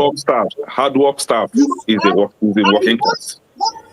What is very painful is that you have people who are in quotes living good lives, accepting that is a standard. It means that you see people, you know that what this person is doing will leave this person in abject poverty. But to suit our political narrative, we say, yes, it's correct, they are working. How many of us here can work 1 hour in a month and we take care of our bills? If anybody, the people that are backing this thing up, if you can come and tell me you work 1 hour in a month and it's okay for you, I'll say then that's fine. You know, so I think the problem is Nigeria, we need to be able to see what is wrong and say it is wrong and say it is bad, irrespective of whose ox is God, then the country is ready to move forward. If among the citizens, you cannot say this is bad and this is wrong because of your political leaning, then we are not ready to go forward. We are not ready. The same thing that Buhari was doing his own. You have people that were supporting him, still backing him up. Now Tinubu is doing his own. You know, people, it doesn't make any sense. It doesn't make any sense. And we as a people must decide to liberate ourselves. Nobody is coming to liberate us. No God is coming from heaven to liberate us. Thank you. All right. Thank you so much, Dexter. We go to Colonial Master. So this is the segment we just cry about anything. Yes. Well, listen, for me, it's I think the Palestinian issue for me is something I think the world has to take more stringent measures on. I think the world just needs to, at some point, let Israel know it cannot keep flouting every international law that it feels like. There's no, I think the danger that I'm seeing is for future wars and future skirmishes whereby people will know that, well, there's already a precedent. You can kill civilians, you can starve them. Prior to this, in recent history, in recent modern history, the only other notable incident where people were starved was actually in Nigeria in the Biafran War. I'm not saying it hasn't happened anywhere else, like it happened in Myanmar and it happened when Britain, what was not Brunei, there was another country, I can't remember now. But in recent history, at least in the last 5-6 decades, Gaza will always be a very, very, very notable exception and important chapter in our world. And I think if the world does not stand up to Israel today tomorrow, if it happens, God forbid again in Nigeria, then what moral standing do those of you or the people that decided to look away, maybe because of your religious affiliation, what moral standing would you then have to complain if it were to happen to you? You know, so I think at this point, the world has to be united in ostracizing Israel. The world has to be united in condemning them.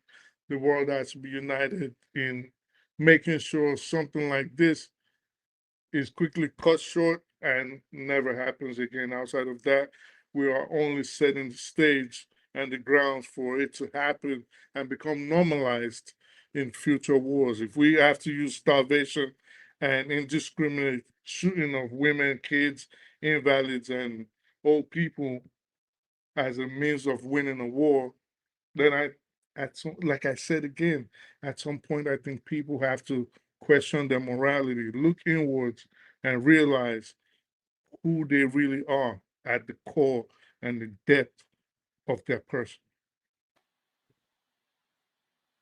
Thank you. All right, let's go to forefathers.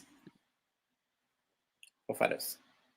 Yeah, I think taking from what I Speak the Truth said. I think it really begs why Netanyahu is stretching this. We know full well he wants the Palestinians out, and he knows the only way he can be able to do it is going to involve the world looking the other way somehow. But somehow, the world is not looking the other way yet. It worries me because it might mean that there's something else coming down the pipeline. And you know, when it is said that this issue is not going to be forgotten, it's one of those things that is going to stick. It's only going to stick if there is nothing bigger that happens. What if this triggers a massive war? What if something else bigger happens? If that something bigger happens, then this one will seem like a footnote.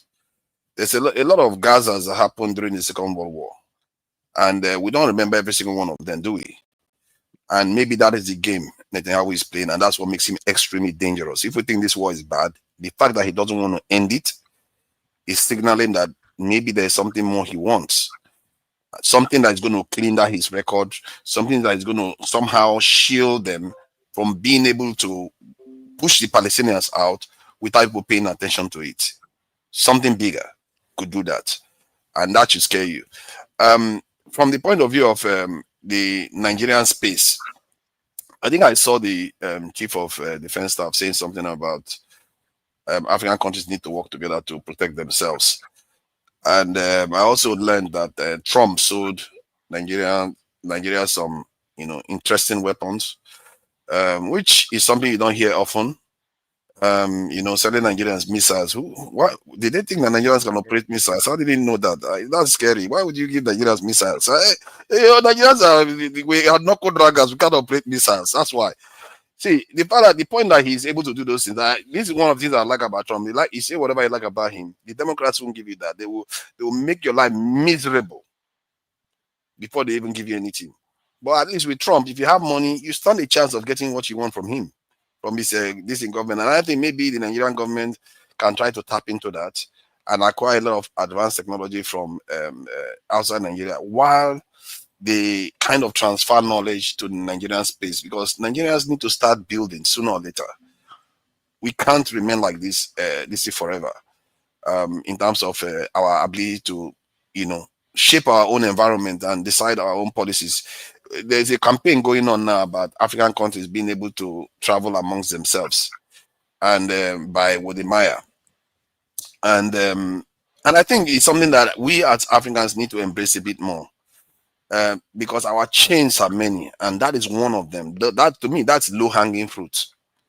We are not even able to travel amongst each other well. And our yeye leaders, and they are sitting in our countries, and we are not able to tell them, why are you people not opening up all the borders in Africa so that we can travel freely? And even West Africa, I hear that even when you're traveling through West Africa, you can't cross the border without paying money. So that too, all those things need to be dealt with. We as a people, we have capacity to make some easy changes, and we should be taking advantage of it. Thank you. All right, thank you for this. Before we go to Body, I want someone asked me not to rant today.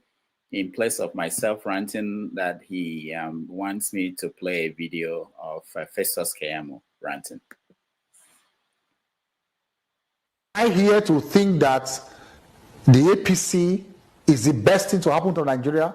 I'll be a fool to say so. Am I here to say that there are no thieves within the APC? I'll be a fool to say so. Will I be here to defend the APC as the purest political party, as the cure all and be all, and the and the cure all cure elixir we have been looking for? I'll be a fool to say so. No. That's it. All right. I will have done. He's a fool already. Now we know him to be a fool. So why is he telling us that he will be a fool to say something that we already know that is right? Yeah. All right. Buddy, you're next. Yes, sir. Can I? Yes, I had 2 questions for you. 5 each. Okay. Let him. 5 infrastructure, 5 exports. I think at this one, let him rant. After that, Yes, maybe you can have time to question him. Yeah, but go ahead. Okay, let me say this simply. Stability, it's an economic term. There are certain terms they use in certain fields. So there's no, whatever they say the meaning is, that is the meaning. You can't change it. The fact is a fact. When you say something is dead, there are things that you have to check out, that you have to look for to determine whether it's dead. When you say something is living, it's a living thing. There are characteristics you look out for. If you find out those things, good. If you don't find it out, good. They are facts. Facts speak for itself. That's, you see me, I don't argue on so many things. When you talk about number, when you talk about science, when you talk about, you see me jump up, you see me coming up. When you talk about politics, I think I know a bit. You see me jump up. I don't talk on so many things. I talk about things that I knew of. Only thing that I knew of, that I'm so sure of.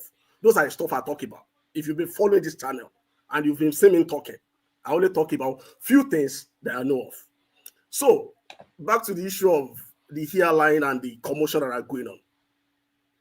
Are we good people ourselves? Not at all.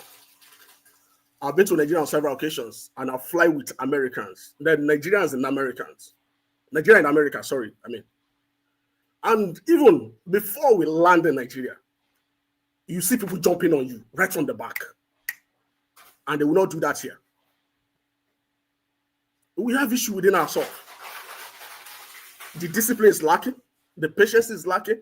That's why you see people pushing for Buhari to return Kai. Because we've been used to this idea of this military mentality. Because the generation that we have right now, majority of boys were born during the military regime, whereby we have to be wiped into line by Koboko. That's why when you get to garage, you see the area you are at W, you see someone holding Koboko for one another. That's why our police are not civil. That's why our military are not civil. It is who we are. That's what we do. If you go to so many places, different government places, government institutions, private places, the customer service is poor. If you come down here to America, we have these particular people. If you see them on the street on a normal day, they are wet. But if you see them sitting down at the customer service desk, you see the best of them. If you mess with them after they walk, you will see the wrong side of them. But they've learned that art. Even at times, they might not know what they are doing. One particular morning, around 5 a.m., I landed at Dulles. And almost around like 5 to like 10 planes landed around the same time. If you see the way they are organizing us. I was talking to a friend that these guys that are organizing us, they didn't know what they are doing. They cannot even tell the theory of what they are doing. And so I was telling my friend, this is what we learned in the industrial engineering, operation management system. I was like, see the way they are organizing us. Within 31 hours, we are all done. Go to Nigeria. Nothing like process, nothing like system. We lack patience. We have to even go to university, the way we are even trained. I learned from Rudolph was from Futa. During your undergraduate days, how was it? You have to struggle for seat. You have to fight. If you are trained that kind of a system and you are trained for 5 years and you are let into the world, what will you become? you can't get a better result. That's how we are just looking at ourselves in the mirror. Even people that are in the Western world here, when you travel with them, once you are landing in Nigeria, there's something else. So it's like a case of who is not a sinner should cast the first stone. But we have to improve on our system. Okay. I have a question for you. No, you hold know, on. Can I hold on? Okay, let me make sure everybody had a chance to rant. Forefathers, were you? Yeah, I had the chance to rant, I think, regarding the Israeli stuff. Oh, okay. All right. Just because in another 2 minutes I have just a minute. Okay, go ahead. Thank God you're a politician and you are interested in politics. I'm not a politician and my interest in leadership. So leadership, politics, parallel, right? Now, you talked about Nigerians in America jumping on you in the plane. Why wouldn't they jump on you in the plane? When the plane, as soon as it gets to Nigeria, you turn off the AC. You want people to suffocate? You rather run out of the plane. But planes here in America don't turn off their AC when they land. They have to keep the AC until everybody, exit the flight. Now you are saying all these things to justify what KWAM wants. Not to justify. Hold on. Not to justify. Don't get it wrong. Now, let me tell you my experience.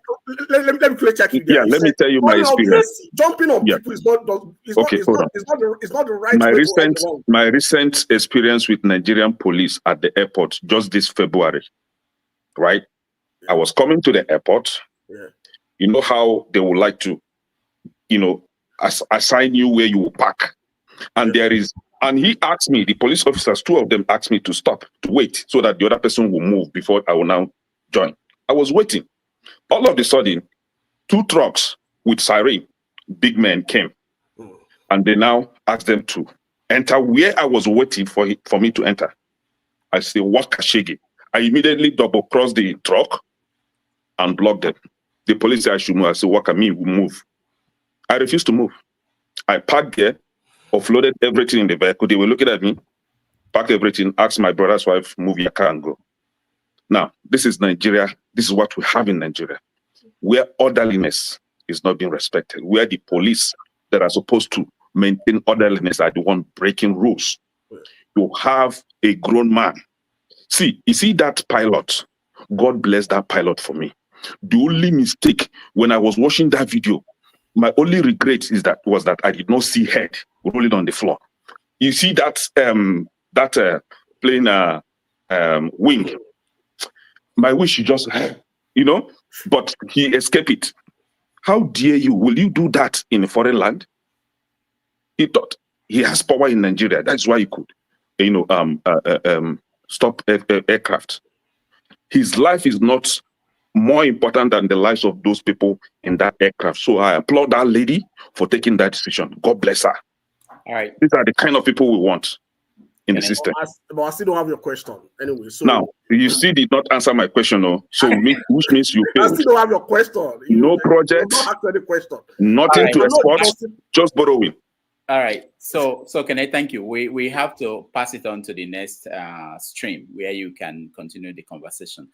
Forefathers, I'll give you 1 minute because I have to close up and talk to a guest who is coming. Thank you. I appreciate it.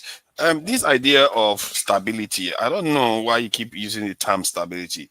Nobody said that the economy is not stable. I've never really focused on that. If somebody devalues your property and to the next year you are able to start buying furniture inside that property, God help you.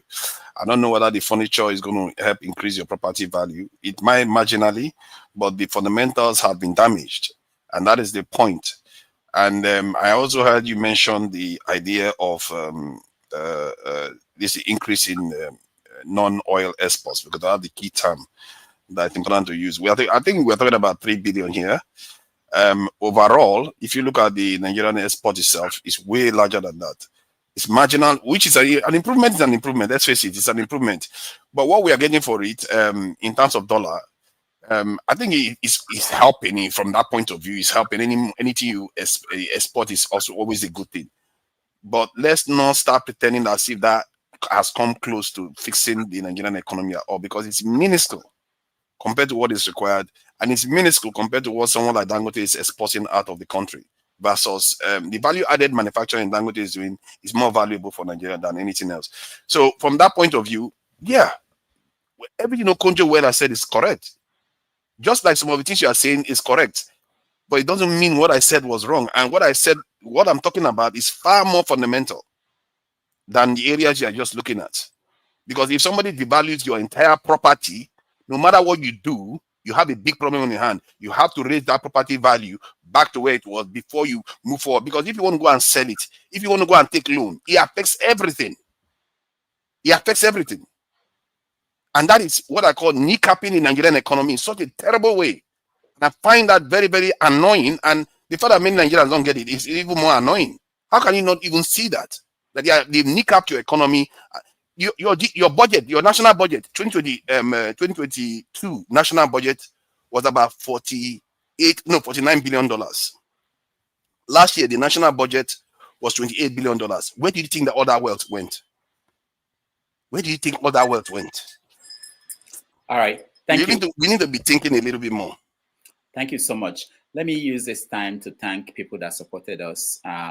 Brimo Tech, thank you so much. I didn't think we had a chance to talk about electricity situation in Nigeria.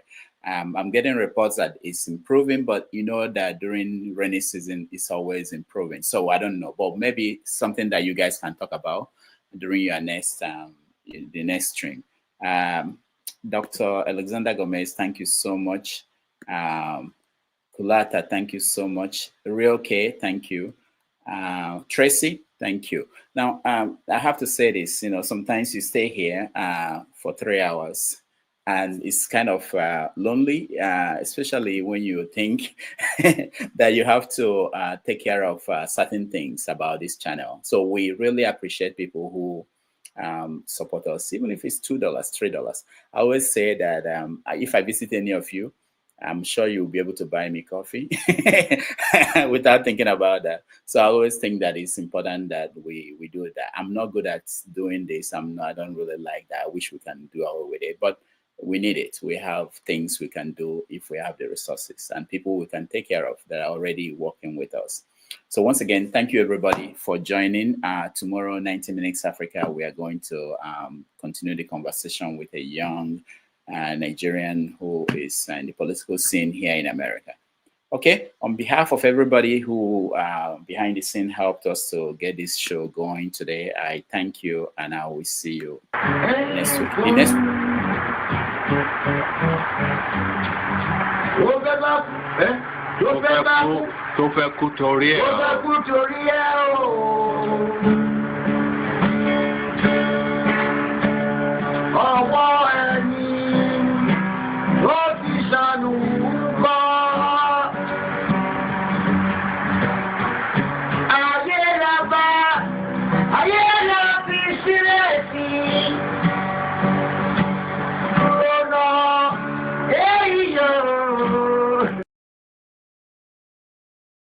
That the APC is the best thing to happen to Nigeria, I'll be a fool to say so.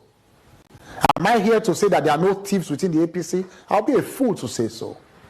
Will I be here to defend the APC as the purest political party, as the cure all and be all, and the and the cure all cure elixir we have been looking for? I'll be a fool to say so. No.